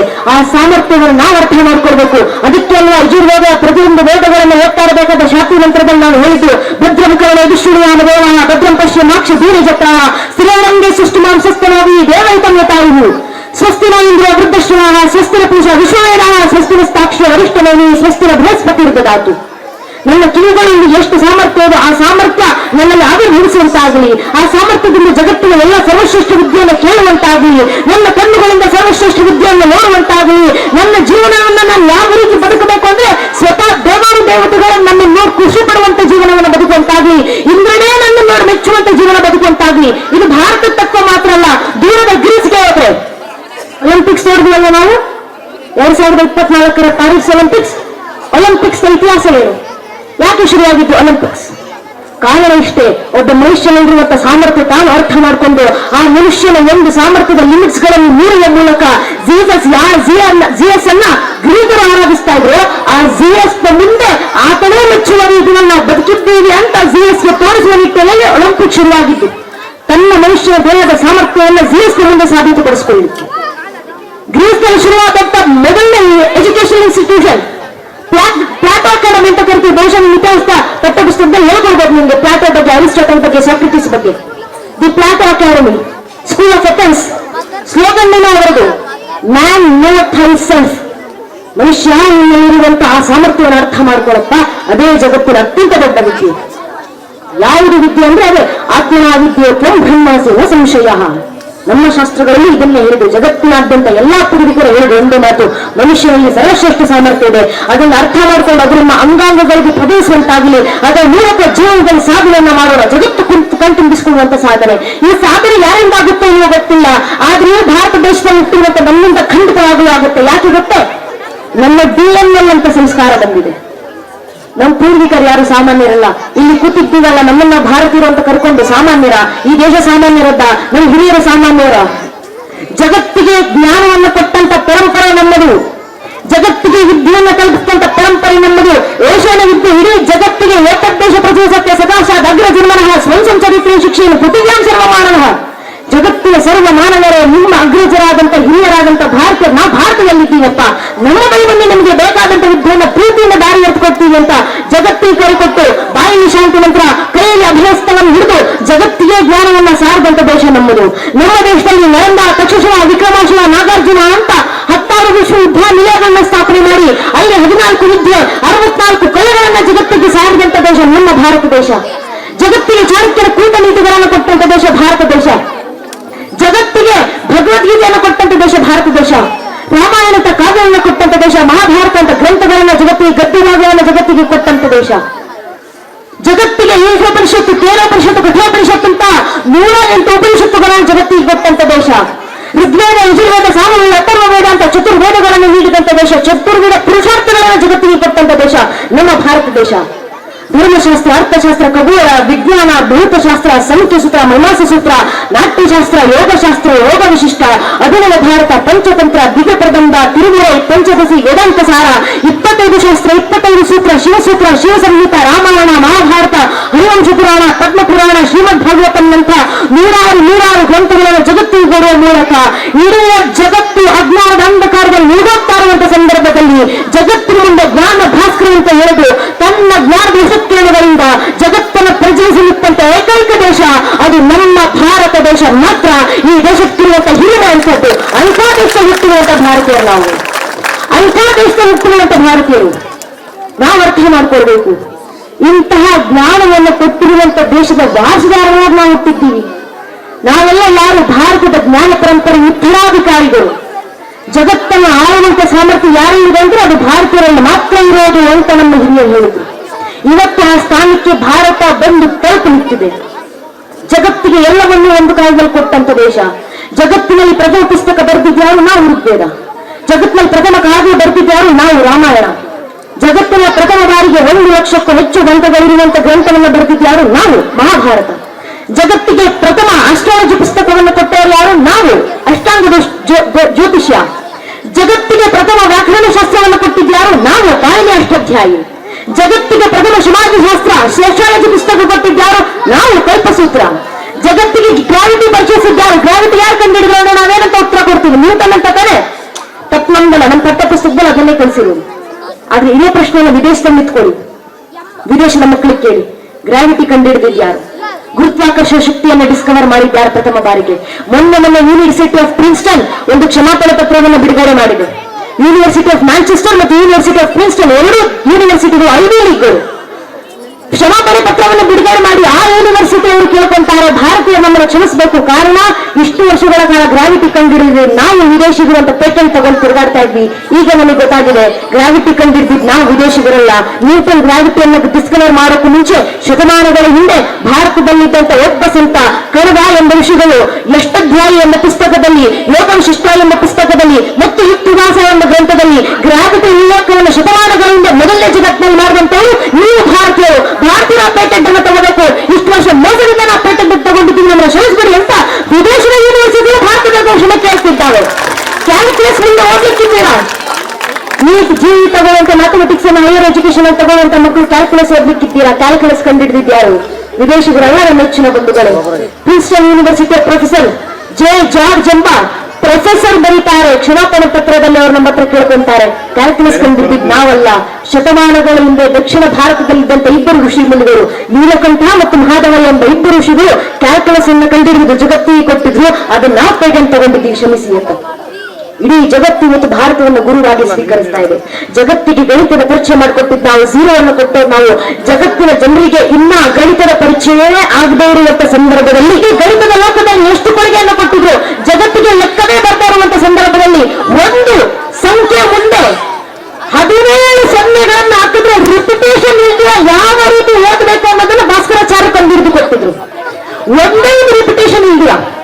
ಏಕ ದಶ ಶತ ಶಾಸ್ತ್ರ ಅಯುತ ಲಕ್ಷ ಪ್ರಯುತ ಕೋಟ ಕ್ರಮಶಃ ಅರ್ಧ ಮಜ ಅರ್ಧ ಕರ್ಮ ವಿಕರ್ಮ ಮಹಾಪದ್ಮ ಶಂಕರಸ್ತಸ್ಮ ಜಲದಿ ಅಂತ್ಯ ಮಧ್ಯ ಪ್ರಾಂತ ಇತರ ಶುಭೋತ್ತರ ಸವ್ಯ ಅಂತ ಒಂದು ಸಂಖ್ಯೆ ಮುಂದೆ 17 ಸೊನ್ನೆಗಳನ್ನು ಹಾಕಿದ್ರೆ ರಿಪಿಟೇಷನ್ ಇಲ್ಲದೆ ಓದೋದನ್ನ ಶತಮಾನಗಳಿಂದ ಕಂಡುಕೊಟ್ಟವರು ನಮ್ಮ ಕರ್ನಾಟಕದ 2ನೇ ಭಾಸ್ಕರಾಚಾರ್ಯರು. ಅವರ ಮಗಳು ಲೀಲಾವತಿ ಎಂತ ಗಣಿತ ತಜ್ಞರಾಗಿ ಗಣಿತ ಶಾಸ್ತ್ರಕ್ಕೆ ಗಣಿತ ಲೋಕಕ್ಕೆ ಮಹಾನ್ ಕೊಡುಗೆಗಳನ್ನು ಕೊಟ್ಟಿದ್ರು. ಅವರ ಡಿಸೆಂಡೆಂಟ್ಸ್ ಆಗಿ ಕೂತಿರೋರು ನಾವು, ಅವರು ನಮ್ಮ ಪೂರ್ವಿಕರು. ಅಂತಹ ಜ್ಞಾನದ ಉತ್ತರಾಧಿಕಾರಿಗಳು ನಾವುಗಳು. ಆ ಜ್ಞಾನವನ್ನು ಉಳಿಸಿಕೊಂಡು ಮುಂದಿನ ಪೀಳಿಗೆಗೆ ತಲುಪಿಸುವಂತ ಕೆಲಸ ನಮ್ಮಿಂದಾಗಲಿ. ನಾವು ಜಗತ್ತಿನಿಂದ ಸಾಧನೆಯನ್ನು ಮಾಡೋಣ. ಈ ಭಾರತೀಯತೆಯನ್ನು ಸ್ವಾಭಿಮಾನ ನಮ್ಮಲ್ಲಿ ಬರುವಂತಾಗಲಿ. ಈ ದೇಶಕ್ಕೋಸ್ಕರ ಕೊಡುಗೆಯನ್ನ ವಿದ್ಯಾರ್ಥಿಗಳು ಏನು ಹೋರಾಡುತ್ತಿದ್ದೀವಿ, ದೇಶಕ್ಕೆ ಕೊಡುಗೆ ಆಗಲಿಕ್ಕಲ್ವಾ? ಏನು ಡಿಗ್ರಿಗಳನ್ನು ಸಂಪಾದಿಸಿದ್ರು ನಮ್ಮ ಮೂಲ ಗುರಿಯಾಗಿರಬೇಕು. ಸ್ವಾಮಿ ವಿವೇಕಾನಂದ ಹೇಳ್ತಾರೆ, ನೀವು ಪಡೆದಂತ ಡಿಗ್ರಿ ಸರ್ಟಿಫಿಕೇಟ್ಗಳು ಅಕಸ್ಮಾತ್ ನಿಮ್ಮ ದೇಶಕ್ಕೆ ಉಪಯೋಗ ಆಗಲಿಲ್ಲ ಅಂದ್ರೆ ದಯವಿಟ್ಟು ಆ ಸರ್ಟಿಫಿಕೇಟ್ಗಳನ್ನ ತಗೊಂಡೋಗಿ ಹಿಂದೂ ಮಹಾಸಾಗರದಲ್ಲಿ ಮುಳುಗಿಸಿ ಬನ್ನಿ ಅಂತ ವಿವೇಕಾನಂದ ಹೇಳಿದ್ರು. ಅರ್ಥಾತ್ ಜೀವನದಲ್ಲಿ ಯಾವ ಹೆಜ್ಜೆ ಇಟ್ಟರೂ ಸಹ ಅದು ದೇಶಕ್ಕೆ ಪೂರಕವಾಗಿರಬೇಕು. ದೇಶಕ್ಕೆ ಪೂರಕವಾಗಿ ಯಾವ ರೀತಿ ಬದುಕಬೇಕಂತ ತೋರಿಸ್ಲಿಕ್ಕೆ ಸಾಧಕರು ಇವತ್ತು ಬಂದು ಕೂತಿದ್ದಾರೆ. ನಾವು ಯಾವಾಗಲೂ ಹೇಳ್ತಾ ಇರ್ತೀವಿ, ಹಿರಿಯರು ಯಾವಾಗಲೂ ಹೇಳ್ತಿರ್ತಾರೆ, ಗುಡಿಯಲ್ಲಿರುವಂತ ದೇವರಿಗಿಂತ ಹೆಚ್ಚು ದೇವರ ಶಾಲೆ ತರ ಹೊಂದಿರೋರು ಗಡಿಯಲ್ಲಿರ್ತಕ್ಕಂಥ ದೇವರು ಅಂತ ಸೈನಿಕರನ್ನ ಆದರ್ಶವಾಗಿ ತಗೊಳ್ಳೋಣ. ಜೀವನ ಸಾಧನೆಯನ್ನ ಮಾಡೋಣ. ಸಾಧನೆ ಜೀವನದಲ್ಲಿ ದೇಶಕ್ಕೋಸ್ಕರ ಮಾಡೋಣ. ಆ ಸಾಧನೆ ಮಾಡಬೇಕು ಅಂದ್ರೆ ಜೀವನದಲ್ಲೊಂದು ಹಠ ಇರಬೇಕು, ಒಂದು ಇಚ್ಛಾಶಕ್ತಿ ಇರಬೇಕು, ಒಂದು ಹಸಿವಿರಬೇಕು. ಆ ಆಟಿಟ್ಯೂಡ್ ನಮ್ಮ ಜೀವನದಲ್ಲಿ ಕಾಣಿಸ್ಕೊಳ್ಬೇಕು. ಯಾರೋ ನೀನು ಅಂದ್ರೆ ಅಂತ ಕೂಡಲೇ ತಕ್ಷಣ ಕುಗ್ಗೋಗೋದಲ್ಲ. ಇನ್ಫಿಯಾರಿಟಿ ಕಾಂಪ್ಲೆಕ್ಸ್ ಅನ್ನು ಬೆಳೆಸ್ಕೊಳ್ಬೇಡಿ. ಅಲ್ಲಿಂದ ಹೊರಗೆ ಬನ್ನಿ. ದೇಹಬಲ ಗಟ್ಟಿಗೊಳಿಸ್ಕೊಳ್ಳಿ, ಮನೋಬಲ ಗಟ್ಟಿಗೊಳಿಸ್ಕೊಳ್ಳಿ, ಆತ್ಮಬಲ ಗಟ್ಟಿಗೊಳಿಸ್ಕೊಳ್ಳಿ. ದೇಹವನ್ನು ಬೆಳೆಸಿ ಎಷ್ಟು ಆಟ ಆಡ್ತೀರೋ ಅಷ್ಟು ವರ್ಷ ಚುಕ್ಕಾಗುತ್ತೆ. ದೇಹಬಲ ಯಾಕೆ ಗಟ್ಟಿಯಾಗಬೇಕು? ಕಾರಣ ಇಷ್ಟೇ. ನೀವು ಏನು ಯಾವಾಗ ಹೇಳ್ತಿರ್ತೀವಲ್ಲ ನಾವು ವಿದ್ಯಾರ್ಥಿಗಳು, ಟೆಕ್ಸ್ಟ್ ಬುಕ್ ಮುಂದೆ ಕೂತ ತಕ್ಷಣ ನಿದ್ದೆ ಬರಂಗಾಗತ್ತೆ. ಕ್ಲಾಸ್ 40 ನಿಮಿಷ ಪೀರಿಯಡ್ ಇರುತ್ತೆ. 40 ನಿಮಿಷದ ಪೀರಿಯಡ್ ಕಾನ್ಸಂಟ್ರೇಟ್ ಮಾಡಕ್ ಆಗ್ತಿರಲ್ಲ. ಹಿರಿಯರಿಗೆ ಗೊತ್ತಿರುತ್ತೆ. ನಮ್ಮ ಹಿಂದೆ ಇದ್ದಂತ ನಿಮ್ಮ ತಂದೆ ತಾಯಂದ್ರಿಗೆ 40 ನಿಮಿಷದ ಪೀರಿಯಡ್ ಇರಲಿಲ್ಲ, 50 ನಿಮಿಷದ ಪೀರಿಯಡ್ ಇತ್ತು. ಅದು ಈಗ 40 ನಿಮಿಷಕ್ಕೆ ತಂದಿದ್ದಾರೆ. ಹೋಗ್ತಾ ಹೋಗ್ತಾ 35 ನಿಮಿಷ 30 ನಿಮಿಷಕ್ಕೆ ಬರುತ್ತೆ. ಯಾಕೆ ಗೊತ್ತೇ? ಒಬ್ಬ ಮನುಷ್ಯನ ಕಾನ್ಸಂಟ್ರೇಷನ್ ಪವರ್ 40 ನಿಮಿಷಕ್ಕಿಂತ ಮೀರ್ತಾ ಇಲ್ಲ. 40 ನಿಮಿಷಕ್ಕಿಂತ ಕೆಳಗಾಗಿದೆ. ಮನುಷ್ಯನಿಗೆ ಕಾನ್ಸಂಟ್ರೇಟ್ ಮಾಡ್ಲಿಕ್ಕೆ ಆಗ್ತಲ್ಲ. ಯಾಕೆ ಗೊತ್ತೇ? ಬ್ರೈನ್ ಸ್ಟಿಮ್ಯುಲೇಟ್ ಮಾಡ್ತಾ ಇದ್ದೀವಿ ನಾವು. ಏನಕ್ಕೆ ತಂದೆ ತಾಯಂದ್ರೆ ಜಾಸ್ತಿ ಮೊಬೈಲ್ ನೋಡ್ಬೇಡಿ ಅಂತ ಹೇಳೋದಂದ್ರೆ ಇದಕ್ಕೆ. ಮೊಬೈಲ್ ಅನ್ನು ನೋಡ್ತಾ ನೀವು ಎಷ್ಟು ರೀಲ್ಸ್ ಗಳನ್ನ ಸ್ಕ್ರೋಲ್ ಮಾಡ್ತಾ ಇರ್ತೀರೋ, ಎಷ್ಟು ಯೂಟ್ಯೂಬ್ ಶಾರ್ಟ್ಸ್ ಗಳನ್ನ ಸ್ಕ್ರೋಲ್ ಮಾಡ್ತಾ ಇರ್ತೀರೋ, ಅಷ್ಟು ನಿಮ್ ಬ್ರೈನ್ ಅಲ್ಲಿ ಇರುವಂತ ಡೋಪಮಿನ್ ಕೆಮಿಕಲ್ಸ್ ಹೆಚ್ಚು ರಿಲೀಸ್ ಆಗ್ತಾ ಇರ್ತಾರೆ. ಓವರ್ ಆಗ್ತಿದ್ದಷ್ಟು ನಿಮ್ಮ ನ್ಯೂರಾನ್ಸ್ ಗಳು ಬರ್ನ್ಔಟ್ ಆಗುತ್ತೆ. ನ್ಯೂರಾನ್ಸ್ ಬರ್ನ್ಔಟ್ ಆದಷ್ಟು ಕೂಡ ಕೆಲಸ ಮಾಡ್ಲಿಕ್ಕೆ ಓದ್ಲಿಕ್ಕೆ ಮೋಟಿವೇಶನ್ ಇರೋದಿಲ್ಲ. ಓದಿದ್ರೆ ಕಾನ್ಸಂಟ್ರೇಷನ್ ಬರೋದಿಲ್ಲ. ಕಾನ್ಸಂಟ್ರೇಷನ್ ಬಂದ್ರೆ ಓದಿದ್ದನ್ನ ನೆನ್ಪಿಟ್ಕೊಳ್ಳಿಕ್ಕೆ ಆಗೋದಿಲ್ಲ. ಏನಕ್ಕೆ? ಎಲ್ಲ ಪರಿಣಾಮ ನ್ಯೂರಾನ್ಸ್ ಬರ್ನ್ಔಟ್ ಆಗ್ತಾ ಇರೋದು. ಮತ್ತೆ ತಂದೆ ತಾಯಂದ್ರೆ ಮಕ್ಕಳಿಗೆ ಮೊಬೈಲ್ ನೋಡ್ಬೇಡ, ಓದ್ಲಿಕ್ಕೆ ಶುರು ಮಾಡಂತ ಹೇಳಿದ್ರೆ ಮಕ್ಕಳು ಮಾಡೋದಿಲ್ಲ. Little eyes are watching you, be careful ಅಂತ ಹೇಳ್ತಾರೆ. ಮ್ಯಾಕ್ಸ್ವೆಲ್ ಮಾಲ್ಟ್ಸ್ ಎಂಬ ಮಹಾನ್ ಸೈಕಾಲಜಿಸ್ಟ್, ಅವರ ಪುಸ್ತಕ ಇದೆ ಸೈಕೋ ಸೈಬರ್ನೆಟಿಕ್ಸ್ ಅಂತ. ಯಾವತ್ತವರು ಓದಿ ಆ ಪುಸ್ತಕ ಅವರು ಸ್ಪಷ್ಟವಾಗಿ ಹೇಳಿರ್ತಾರೆ, ಮಕ್ಕಳಿಗೆ ಯಾವ ರೀತಿ ಓದಿಸಬೇಕು ನಾವು. ಅವ್ರು ಹೇಳೋದಿದ್ರೆ ತಂದೆ ತಾಯಂದ್ರು ಹೇಳಿದ್ದನ್ನು ಮಕ್ಕಳು ಮಾಡೋದಿಲ್ಲ, ತಂದೆ ತಾಯಂದ್ರು ಮಾಡಿದ್ದನ್ನು ಮಕ್ಕಳು ಮಾಡ್ತಾರೆ. ತಂದೆ ತಾಯಂದ್ರು ಮೊಬೈಲ್ ನೋಡ್ಕೊಂಡು ಕೂತ್ರೆ ಮಕ್ಕಳು ಅದನ್ನ ಮಾಡುದು. ತಂದೆ ತಾಯಂದ್ರು ಮೊಬೈಲ್ ನಲ್ಲಿ ಮಾತಾಡ್ಕೊಂಡು ನೋಡಿದ್ರೆ ಮಕ್ಕಳು ಮೊಬೈಲ್ ತಗೊಂಡು ಮಾತಾಡ್ತಿರ್ತಾರೆ. ಏನೋ ಒಂದು ತಂದೆ ತಾಯಿ ಟಿವಿ ನೋಡಿದ್ರೆ ಮಕ್ಕಳು ಕೂಡ ಟಿವಿ ನೋಡ್ತಾರೆ. ತಂದೆ ತಾಯಿದ್ರು ದಿನ ಪೂರ್ತಿ ಅಕ್ಕಪಕ್ಕದ ಮನೆಯವ್ರ ಜೊತೆ ನಿಂತ್ಕೊಂಡು ಮಾತಾಡಿದ್ರೆ ಮಕ್ಕಳಿಗೂ ಅದೇ ಅಭ್ಯಾಸ ಆಗುತ್ತೆ. ತಂದೆ ತಾಯಿದ್ರು ಸಂಜೆ ಆದ ಕೂಡಲೇ ಟಿವಿ ಆನ್ ಮಾಡ್ಕೊಂಡು ಕೂತ್ರೆ ಮಕ್ಕಳು ಅದನ್ನ ಮಾಡೋದು. ನಮ್ಮಮ್ಮ ಒಂದು ಧಾರಾವಾಹಿ ನೋಡ್ತಾರೆ, ನಾನು 2 ಧಾರಾವಾಹಿ ನೋಡ್ತೀನಿ ಅಂತ ಮಕ್ಕಳು ಕೂತ್ಕೊಂತಾರೆ. ನಮ್ಮಪ್ಪ 1 ಅವರ್ ಫೋನ್ ಇಟ್ಕೊಂತಾರೆ, ನಾನು 2 ಅವರ್ ಫೋನ್ ನೋಡ್ತೀನಿ ಅಂತ ಮಕ್ಕಳು ಕೂಡ್ತಾರೆ. ಅದೇ ತಂದೆ ತಾಯಿದ್ರು ಮಕ್ಕಳಿಗೆ ಓದಿಸಬೇಕು ಅಂದ್ರೆ ಏನೋ ಹೇಳ್ಕೊಂಡ್ಬಿಡಿ. ಮನೆಯಲ್ಲಿ ಟಿವಿ ಆಫ್ ಮಾಡಿ, ಕೈಲಿರೋ ಮೊಬೈಲ್ ಅನ್ನ ಪಕ್ಕಕ್ಕಿಡಿ, ಅದನ್ನ ಚಾರ್ಜಿಗೆ ಹಾಕಿ, ಕೈಯಲ್ಲಿ ಒಂದು ಪುಸ್ತಕ ತಗೊಂಡು ಕೂತ್ಕೊಳ್ಳಿ. ಓದ್ತಿರೋ ಪುಸ್ತಕ ತಗೊಂಡು ಕೂತ್ಕೊಳ್ಳಿ. ಮಕ್ಕಳು 1 ದಿನ ನೋಡ್ತಾರೆ, 2 ದಿನ ನೋಡ್ತಾರೆ. ಅಮ್ಮಮ್ಮ ಅಂದ್ರೆ 3 ದಿನ ನೋಡ್ಬೋದು. 4ನೇ ದಿನ ನನ್ನ ಮನೆಯಲ್ಲೇ ಯಾರು ಟಿವಿ ನೋಡ್ತಾ ಇಲ್ಲ, ಯಾರು ಮೊಬೈಲ್ ನೋಡ್ತಾ ಇಲ್ಲ, ನಾನೇನು ಮಾಡೋ ಸುಮ್ಮನೆ ಆನ್ ಮಾಡ್ಕೊಂಡು ಅಪ್ಪ ಅಮ್ಮ ಏನ್ ಮಾಡ್ತೀವಿ, ಪುಸ್ತಕ ಓದ್ತಿದ್ದಾರೆ, ನಾನೊಂದು ಪುಸ್ತಕ ತಗೊಂಡು ಕೂತ್ಕೊಂತೀನಿ ಅಂತ ಮಕ್ಕಳು ಬಂದು ಕೂತ್ಕೊಂತಾರೆ. ಮಕ್ಕಳಿಗೆ ಕೆಲಸ ಮಾಡಿಸ್ಬೇಕಂದ್ರೆ ತಂದೆ ತಾಯಿಗಳು ಮಾಡಿದ್ರೆ ಸಾಕು, ಮಕ್ಕಳಿಗೆ ಪಾಲಿಸ್ಲಿಕ್ಕೆ ಶುರು ಆಗ್ತಾರೆ. ಕಾರಣ ನಿಮ್ಮ ಮಕ್ಕಳಿಗೆ ನಿಮ್ಗಿಂತ ದೊಡ್ಡ ಆದರ್ಶ ಜಗತ್ತಿನಲ್ಲಿಲ್ಲ. ಮಕ್ಕಳು ಹೇಳ್ಬೋದು ನನ್ಗೆ ಗೌರಿ ಇರೋ, ನಮ್ಗೆ ಇವ್ರ ಇನ್ಸ್ಪಿರೇಷನ್, ಅವ್ರ ಇನ್ಸ್ಪಿರೇಷನ್ ಎಷ್ಟೇ ಹೇಳ್ಬೋದು. ಆದ್ರೆ ಕೊನೆಗೆ ಮಕ್ಕಳಿಗೆ ಜೀವನದಲ್ಲಿ ಅತಿ ದೊಡ್ಡ ಹೀರೋ ಅಂತ ಕಾಣಿಸೋದು ತಂದೆ ತಾಯಂದ್ರು ಮಾತ್ರ. ತಂದೆ ತಾಯಂದ್ರು ಅನ್ಕೊಂತಾರೆ, ಅಲ್ಲ ನಮ್ಮ ಮಕ್ಕಳಿಗೆ ಏನ್ ಅರ್ಥ ಆಗುತ್ತೆ, ನಮ್ಮ ಮಕ್ಕಳಿಗೆ ಏನ್ ಗೊತ್ತಾಗುತ್ತೆ ನಾವು ಮಾಡೋದು, ನಾವು ಮಾತಾಡೋದು ನಮ್ಮ ಮಕ್ಕಳಿಗೆ ಏನ್ ಅರ್ಥ ಆಗುತ್ತೆ. ಒಮ್ಮೆ ಯೋಚನೆ ಮಾಡಿ ನೋಡಿ, ಮಣ್ಣು ಅಂತ 1 ವರ್ಷದ ಮಗು, 2 ವರ್ಷದ ಮಗು, ಆ ಮಗುವನ್ನು ಕೂರಿಸ್ಕೊಂಡು ಯಾರು ವರ್ಣಮಾಲೆ ಹೇಳ್ಕೊಡ್ಲಿಲ್ಲ, ಆ ಮಗುವನ್ನು ಕೂರಿಸ್ಕೊಂಡು ಯಾರು ಛಂದಸ್ಸನ್ನು ಹೇಳ್ಕೊಡ್ಲಿಲ್ಲ, ಆ ಮಗುವನ್ನು ಯಾರು ಕೂರಿಸ್ಕೊಂಡು ಶಾಸ್ತ್ರಗಳನ್ನು ಹೇಳ್ಕೊಡ್ಲಿಲ್ಲ, ಆ ಮಗುವನ್ನು ಯಾರು ಕೂರಿಸ್ಕೊಂಡು ಗ್ರಂಥಗಳನ್ನು ಹೇಳ್ಕೊಳ್ಳಿಲ್ಲ. ಕೇವಲ ನೀವು ಮಾತಾಡೋದನ್ನ ಕೇಳಿಯೇ ಕೇವಲ ಶ್ರುತಿಯಿಂದ ಮಾತ್ರವೇ ಮನೆ ಇರುವಂತ 1 ವರ್ಷದ 2 ವರ್ಷದ ಮಗು ಒಂದು ಇಡೀ ಭಾಷೆಯನ್ನ ಕಲಿಬಹುದು ಅಂದ್ರೆ ಆ ಮಕ್ಕಳಿಗೆ ನೀವು ಮಾಡುವಂತ ಒಂದೆರಡು ಕೆಲಸಗಳನ್ನು ಕಲಿಲಿಕ್ಕಾಗೋದಿಲ್ವಾ, ನೀವು ಮಾಡುವಂತ ಒಂದೆರಡು ಮಾತುಗಳನ್ನು ಕಲಿಲಿಕ್ಕಾಗೋದಿಲ್ವಾ? ಮಕ್ಕಳ ಬಾಯಲ್ಲಿ ಯಾವ ಮಾತು ಬರಬೇಕು? ವೇದವ್ಯಾಸರು ಬರೀತಾರೆ, ನಾವು ಆಡುವಂತ ಮಾತು ನಮ್ಮ ಮನೆತನವನ್ನು ತೋರಿಸುತ್ತೆ ಅಂತ. ತಂದೆ ತಾಯಂದ್ರು ಮನೆಯ ಧಾರಾವಾಹಿ ನೋಡ್ಕೊಂಡು ಕೂತ್ರೆ ಮಕ್ಕಳ ಬಾಯಲ್ಲಿ ಅದೇ ಮಾತುಗಳು ಬರ್ತಾವೆ. ಅದೇ ಮನೆಯಿರುವಂತ ತಂದೆ ತಾಯಂದ್ರು ವಚನಗಳನ್ನ ಓದಿ, ಭಗವದ್ಗೀತೆಯನ್ನು ಓದಿ, ವೇದಗಳನ್ನು ಓದಿ, ಮಕ್ಕಳಿಗೆ ಏನಾಗುತ್ತೋ ಆ ಸಂಸ್ಕಾರವನ್ನು ಕೊಡಿ. ಭಗವದ್ಗೀತೆಗಳನ್ನು ಓದಿಸಿ, ದೇಶಭಕ್ತಿ ಗೀತೆಗಳನ್ನು ಹಾಡಿಸಿ, ಭಕ್ತಿ ಗೀತೆಗಳನ್ನು ಹಾಡಿಸಿ, ಮಕ್ಕಳ ಬಾಯಲ್ಲಿ ಅಂತದೇ ಮಾತುಗಳು ಬರೋದು. ತಂದೆ ತಾಯಂದ್ರು ಏನು ಮಾಡ್ತಾರೋ ಮಕ್ಕಳನ್ನು ಮಾಡ್ತಾರೆ. ಆದ್ರಿಂದ ದಯವಿಟ್ಟು ತಂದೆ ತಾಯಂದ್ರು ನೀವು ಮಾಡುವಂತ ಕೆಲಸಗಳಿಗೆ ಗಮನ ಕೊಟ್ಟಷ್ಟು ಆ ಮಕ್ಕಳು ನಿಮ್ಮನ್ನು ಗಮನಿಸ್ತಾ ಹೋಗ್ತಾರೆ. ತಂದೆ ತಾಯಂದ್ರು ಹೇಳ್ಬೋದು, ಹುಟ್ಟದಾಗಿಂದ ನನ್ನ ಮಗುವನ್ನು ನೋಡ್ತಾ ಇದ್ದೀನಿ, ನನ್ನ ಮಗುವನ್ನು ನಂಗೆ ಗೊತ್ತಿಲ್ವಾ? ಮಕ್ಕಳು ಹೇಳ್ತಾರೆ, ಹುಟ್ಟದಾಗಿಂದ ನಾನು ನಿಮ್ಮನ್ನು ನೋಡ್ತಾ ಇದ್ದೀನಿ, ನೀವೇನ ನನಗೆ ಗೊತ್ತಿಲ್ವಾ ಅಂತ. ನೀವು ಮಾಡಿದ್ದನ್ನ ಬಹಳ ಇನ್ಸ್ಪಿರೇಷನ್ ಆಗಿ ನಿಮ್ಮ ಮಕ್ಕಳ ಜೀವನದಲ್ಲಿ ಏನೇ ಮಾಡಿದ್ರಿ ಅದು ನಿಮಗೋಸ್ಕರನೇ ಮಾಡೋದು. ನಿಮ್ಗೆ ಅನಿಸ್ಬೋದು, ಅಯ್ಯೋ ನನ್ನ ಮಗು ಜೀವನದಲ್ಲಿ ಏನು ಆಶೆ ಇಲ್ಲ, ಸಾಧನೆ ಮಾಡ್ಬೇಕನ್ನೋ ಗುರಿ ಇಲ್ಲ, ಓದೋದಿಲ್ಲ ನನ್ನ ಮಗು. ಆದ್ರೆ ಆ ಮಕ್ಕಳಿಗೊಂದು ಕನಸಿರುತ್ತೆ, ನನ್ನ ತಂದೆ ತಾಯಂದ್ರಲ್ಲಿ ನಾನು ಖುಷಿ ಪಡಿಸ್ಬೇಕು. ಅವ್ರ ಜೀವನದಲ್ಲಿ ಏನೇ ಮಾಡಿದ್ರು ಶಾಲೆಯಲ್ಲಿ ಒಂದು ಸರ್ಟಿಫಿಕೇಟ್ ತಗೊಂಡ ತಕ್ಷಣ ನಿಮ್ಗೆ ಕೊಡೋದು. ಫಸ್ಟ್ ಮಕ್ಕಳು ಸರ್ಟಿಫಿಕೇಟ್ ಸಿಕ್ಕಿದೆ ನೋಡಿ, ಪ್ರೈಸ್ ಸಿಕ್ಕಿದೆ ನೋಡಿ, ಫಸ್ಟ್ ರ್ಯಾಂಕ್ ಅಂತ ನನಗೆ ಮೆರಿಟ್ ಸಿಕ್ಕಿದೆ ನೋಡಿ. ಯಾಕೆ? ಆ ಮಕ್ಕಳಿಗೆ ನೀವು ಹೀರೋಗಳು. ಅರೆ ತಂದೆ ತಾಯಿಗಳು ನನ್ನನ್ನು ಶವಾಸಂದ್ರೆ ಜೀವನ ಸಾರ್ಥಕಪ್ಪ ಅಂತ. ಆದ್ರಿಂದ ತಂದೆ ತಾಯಂದ್ರೆ ಹೀರೋಗಳಾಗಿರೋದ್ರಿಂದ ದಯವಿಟ್ಟು ಆ ಮಕ್ಕಳಿಗೆ ಆದರ್ಶಗಳಾಗಿಯೇ ಬದುಕೋಣ, ಮಕ್ಕಳಿಗೆ ಸರಿಯಾದ ಸಂಸ್ಕಾರವನ್ನು ಕೊಡೋಣ. ಮಕ್ಕಳು ಕೂತಿರೋದನ್ನು ನೋಡಿದಾಗಲೇ ಅರ್ಥ ಆಗುತ್ತೆ, ಬಹಳ ಡಿಸಿಪ್ಲಿನ್ ಅನ್ನು ಕಲಿಸಿದ್ದಾರೆ. ಅದು ಶಾಲೆಯಲ್ಲಿ ಕೊಟ್ಟಿರೋ ಸಂಸ್ಕಾರ, ಮಣ್ಣಲ್ಲಿ ಕೊಟ್ಟಿರೋ ಸಂಸ್ಕಾರ ಅಥವಾ ಎರಡರ ವಿಷಯ. ಒಟ್ಟು ಮಕ್ಕಳು ಬಹಳ ಡಿಸಿಪ್ಲಿನ್ ಇಂದ ಬೆಳೀತಾ ಇದ್ದಾರೆ. ದಯವಿಟ್ಟು ಈ ಡಿಸಿಪ್ಲಿನ್ ಅನ್ನು ಹೀಗೆ ಮುಂದುವರಿಸಿ. ಈ ಒಂದು ಡಿಸಿಪ್ಲಿನ್ ಅನ್ನು ಕಲಿಸಬೇಕಂದ್ರೆ ಆಗ್ಲಿರೋದು ಆರ್ಮಿನಲ್ಲಿ ರಿಟೈರ್ ಆದಂತ ಒಬ್ಬ ಟೀಚರ್ ಕೂಡ ಇದೇ ಶಾಲೆಯಲ್ಲಿ ಕೆಲಸ ಮಾಡ್ತಿದ್ದಾರೆ ಅಂತ. ಆರ್ಮಿನಲ್ಲಿ ಇದ್ದಂತ ಬಂದಂತ ಅಣ್ಣ ಇದ್ದಾರೆ, ಅವ್ರಿಗೆ ಬಹಳ ಗೊತ್ತಿರುತ್ತೆ. ಒಬ್ಬ ವ್ಯಕ್ತಿಗೆ ಆರ್ಮಿನಲ್ಲಿ ಡಿಸಿಪ್ಲಿನ್ ಕಲಿಸಬೇಕಂದ್ರೆ ಎಷ್ಟೆಲ್ಲ ಕಷ್ಟಗಳಾಗ್ತವೆ. ಒಬ್ಬ ಜನರಲ್ ಇತ್ತು, ಒಬ್ಬ ಆರ್ಮಿನಲ್ಲಿ ಡಿಸಿಪ್ಲಿನ್ ಕಲಿಸಬೇಕಂದ್ರೆ ಎಷ್ಟೆಲ್ಲ ಕಷ್ಟಗಳು ಪಡ್ತಾರೆ ಅಂತ ಡಿಸಿಪ್ಲಿನ್ ಇಂದ ನಿಮ್ಮ ಮಕ್ಕಳಿಗೆ ಚಿಕ್ಕಂದಿನಿಂದಲೇ ಶಿಕ್ಷಣ ಸಂಸ್ಥೆ ಕೊಡ್ಲಿಕ್ಕೆ ಶುರು ಮಾಡಿದೆ. ಆ ಡಿಸಿಪ್ಲಿನ್ ಅನ್ನ ಮಕ್ಕಳಿಗೆ ಇನ್ನಷ್ಟು ಉದ್ದೀಪನವಾಗುವಂತ ಕೆಲಸವನ್ನು ತಂದೆ ತಾಯಂದ್ರು ಮಾಡಿದ್ರೆ ಸಾಕು. ಇವತ್ತು ಮಕ್ಕಳು, ಕೊನೆಗೊಂದು ಮಾತು ನನ್ನ ನೆಚ್ಚಿನ ಬಂಧುಗಳು, ಮಕ್ಕಳು ಏನಕ್ಕೆ ಸ್ವಲ್ಪ ಯೋಚನೆ ಮಾಡಿ ನೋಡಿ. ನಿಮ್ಮ ಜನರೇಷನ್ಗೂ ಮಕ್ಕಳ ಜನರೇಷನ್ಗೆ ಇರುವಂತ ವ್ಯತ್ಯಾಸ. ನಿಮ್ಮ ಜನರೇಷನ್ ನಮ್ಮ ತಂದೆ ಯಾವಾಗಲೂ ಹೇಳ್ತಿರ್ತಾರೆ, ಅವ್ರಿಗೆ GM ಮಾಸ್ಟರ್ ಅಂತ ಒಬ್ಬ ಮಾಸ್ಟರ್ ಇದ್ರಂತೆ. ಶಾಲೆಯಲ್ಲಿ ಪ್ರೈಮರಿ ಸ್ಕೂಲ್ 5ನೇ ತರಗತಿಯಲ್ಲಿ ಅಂತ ಮಾತ್ರ ಇವತ್ತಿಗೂ ನೆನಪಿಸ್ಕೊಂತಾರೆ ನಮ್ಮ ತಂದೆ. ಆ ಸರ್ ಒಂಚೂರು ನಿಧಾನ ನಡೀಲಿಕ್ಕೆ ಶುರು ಮಾಡಿದ್ರೆ ಅವ್ರ ಕಣ್ಣಲ್ಲಿ ನೀರು ಬರ್ತಾ ಇತ್ತಂತೆ. ಅಯ್ಯೋ ನಮ್ಮ ಎಷ್ಟಿಗೆ ವಯಸ್ಸಾಗ್ತಿದೆ, ನಿಧಾನ ನಡೀಲಿಕ್ಕೆ ಶುರು ಮಾಡ್ತಿದ್ದಾರೆ. ಅವ್ರು ಕೊಟ್ಟಂತ ಏಟಿನಲ್ಲಿ ಏಟು ಜೋರ ಬೀಳಿಲ್ಲ ಅಂದ್ರೆ ಅವ್ರ ಕಣ್ಣಲ್ಲಿ ನೀರು ಬರ್ತಿತ್ತಂತೆ ಮಕ್ಕಳ ಕಣ್ಣಿಂದ. ಅಯ್ಯೋ ಮೇಷ್ಟಿಗೆ ವಯಸ್ಸಾಗ್ತಿದೆ, ಅವ್ರು ಕೊಟ್ಟಂತ ಏಟು ಬೀಳ್ತಾ ಇಲ್ಲ ನಮಗೆ, ತುಂಬಾ ನಿಧಾನವಾಗಿ ಹೊಡಿತಾ ಇದ್ದಾರೆ, ನಿಧಾನವಾಗಿ ಓಡಾಡ್ತಿದ್ದಾರೆ, ನಿಧಾನವಾಗಿ ಮಾತಾಡ್ಲಿಕ್ಕೆ ಶುರು ಮಾಡಿದ್ದಾರೆ ಅಂತ ಅವ್ರ ಕಣ್ಣಲ್ಲಿ ನೀರು ಬರ್ತಿತ್ತಂತೆ. ಯಾಕೆ? ಕನೆಕ್ಟ್ ಆಗಿದ್ರು ಅವರು ಶಿಕ್ಷಕರು ಅವರಿಗೆ ಶಿಕ್ಷಣ ಕೊಡುವಂತ ವ್ಯಕ್ತಿಗಳಾಗಿ ಮಾತ್ರ ಕಾಣಿಸ್ತಾ ಇರಲಿಲ್ಲ, ಜೀವನದಲ್ಲಿ ಆದರ್ಶವಾಗಿ ಕಾಣಿಸ್ತಾ ಇದ್ರಿ. ಇವತ್ತು ನಮ್ಮ ಮಕ್ಕಳು ಆ ರೀತಿ ಕನೆಕ್ಟ್ ಆಗ್ತಿಲ್ಲ. ನಮ್ಮ ಮಕ್ಕಳು ಫೋನ್ಗಳಿಗೆ ಕನೆಕ್ಟ್ ಆಗಿದ್ದಾರೆ, ಮೊಬೈಲ್ ನಲ್ಲಿ ಕಾಣುವಂತ ವ್ಯಕ್ತಿಗಳಿಗೆ ಕನೆಕ್ಟ್ ಆಗಿದ್ದಾರೆ, ಮೊಬೈಲ್ ನಲ್ಲಿ ನೋಡುವಂತ ಇನ್ಫ್ಲೂಯೆನ್ಸರ್ಸ್ ಗಳಿಗೆ ಕನೆಕ್ಟ್ ಆಗಿದ್ದಾರೆ, ಟೀಚರ್ಸ್ ಗಳಿಗೆ ಕನೆಕ್ಟ್ ಆಗ್ತಾರೆ. ತಂದೆ ತಾಯಂದ್ರ ಜೊತೆ ಅಂತೂ ಕನೆಕ್ಟ್ ಆಗ್ತಿಲ್ಲ. ಯಾಕೆ? ತಪ್ಪು ಮಕ್ಕಳದಲ್ಲ, ತಪ್ಪು ತಂದೆ ತಾಯಂದಿರುವುದು. ಒಂದು ಕಾಲದಲ್ಲಿ ತಂದೆ ತಾಯಂದ್ರ ಜೊತೆ ನೀವು ಎಷ್ಟು ಕನೆಕ್ಷನ್ ನಲ್ಲಿ ಇದ್ವಿ, ನಿಮ್ಮ ತಾಯಿಯ ಜೊತೆ ಎಷ್ಟು ಕನೆಕ್ಷನ್ ಇತ್ತು ನಿಮಗೆ? ತಂದೆ ಜೊತೆ ತಂದೆ ಹತ್ರ ಬಲ ಇರ್ತಾ ಇತ್ತು, ಅವ್ರ ಹತ್ರ ಮಾತಾಡ್ಲಿಕ್ಕೆ ಆಗ್ತಿಲ್ಲ ಸರಿ, ಆದ್ರೆ ತಾಯಿಯನ್ನ ಜೀವನ ಪೂರ್ತಿ ನೀವು ಏಕವಚನದಲ್ಲಿ ಮಾತಾಡಿಸಿದ್ರಿ, ಅಗೌರವ ಅಂತಲ್ಲ, ನನ್ನಲ್ಲಿ ಒಂದು ಭಾವನೆ. ತಂದೆಯನ್ನು ಎಷ್ಟು ಗೌರವ ಕೊಡ್ತಾ ಇದ್ರು, ತಾಯಿಯನ್ನು ಅಷ್ಟೇ ಸಲಹೆಯಿಂದ ಮಾತಾಡಿಸ್ತಾ ಇದ್ರಿ. ನನ್ನ ತಾಯಿ ಅಪ್ಪ ಬೈಯೋದಿಲ್ಲ, ಹೊಡೆಯೋದಿಲ್ಲ, ನನ್ನ ತಾಯಿ ಹತ್ರ ಹೇಳ್ಬೇಕಾದ್ರೆ ಹೇಳ್ಬೋದು, ಏಕವಚನದಲ್ಲೇ ಮಾತಾಡ್ಸಿದ್ರಿ ನೀವು. ಯಾಕೆ? ತಾಯಿ ಜೊತೆ ಅಷ್ಟು ಕನೆಕ್ಷನ್ ಇತ್ತು ನಿಮಗೆ. ಮಕ್ಕಳಿಗೆ ಎಷ್ಟು ಕನೆಕ್ಷನ್ ಇದೆ ನಿಮ್ಮ ಜೊತೆ, ಪೋಷಕರ ಜೊತೆ? ಯಾಕೆ ಮಕ್ಕಳಿಗೆ ಒಂದು ಫೋನ್ ಕೊಡೋದು? ಸುಮ್ಮನೆ ಇದ್ರೆ ಸಾಕು, ಮಗು ಹಠ ಮಾಡದೇ ಇದ್ರೆ ಸಾಕು. ತಪ್ಪು ನಿಮ್ಮದೆಲ್ಲ ಗೊತ್ತಿದೆ. ಈಗಿನ ಕಾಲದಲ್ಲಿ ಈಗ ಬೇಗ ಓಡ್ತಾ ಇರುವಂತ ಜಗತ್ತಿನಲ್ಲಿ ಮಕ್ಕಳಿಗೆ ಸಮಯ ಕೊಡ್ಲಿಕ್ಕೆ ಆಗೋದಿಲ್ಲ, ಗೊತ್ತಾಗಿದೆ. ಆದ್ರೆ ಅಕಸ್ಮಾತ್ ನೀವು ಸಮಯ ಕೊಡಲಿಲ್ಲ ಅಂದ್ರೆ ಮಕ್ಕಳಿಗೆ ಯಾರು ಸಮಯ ಕೊಡ್ತಾರೆ? ಒಂದೇ ಒಂದು ಘಟನೆ ನಮ್ಮದೇ ಕರ್ನಾಟಕದ ಬೆಳಗಾವಿನಲ್ಲಿ ನಡೆದಿತ್ತು. ಅಪ್ಪ ಅಮ್ಮ ಅಕಸ್ಮಾತ್ ಮಕ್ಕಳ ಜೊತೆ ಸರಿಯಾಗಿ ಮಾತಾಡ್ಲಿಲ್ಲ, ಮಕ್ಕಳ ಜೊತೆ ಕನೆಕ್ಷನ್ ಅನ್ನ ಬೆಳೆಸ್ಕೊಳ್ಳಿ ಅಂದ್ರೆ ಪರಿಸ್ಥಿತಿ ಏನಾಗುತ್ತೆ ಗೊತ್ತೇ? ಬೆಳಗಾವಿ ಆಸ್ಪತ್ರೆಯಲ್ಲಿ ಒಬ್ಬ ವೃದ್ಧರು ತೀರ್ಕೊಂಡಿದ್ರು. ಪತ್ರಿಕೋದ್ರಿಂದ ಬಹಳ ಜನ ಓದಿರ್ಬೋದು, ದೃಶ್ಯ ಮಾಧ್ಯಮದಲ್ಲಿ ಹೆಡ್ಲೈನ್ಸ್ ನೋಡಿರ್ಬೋದು.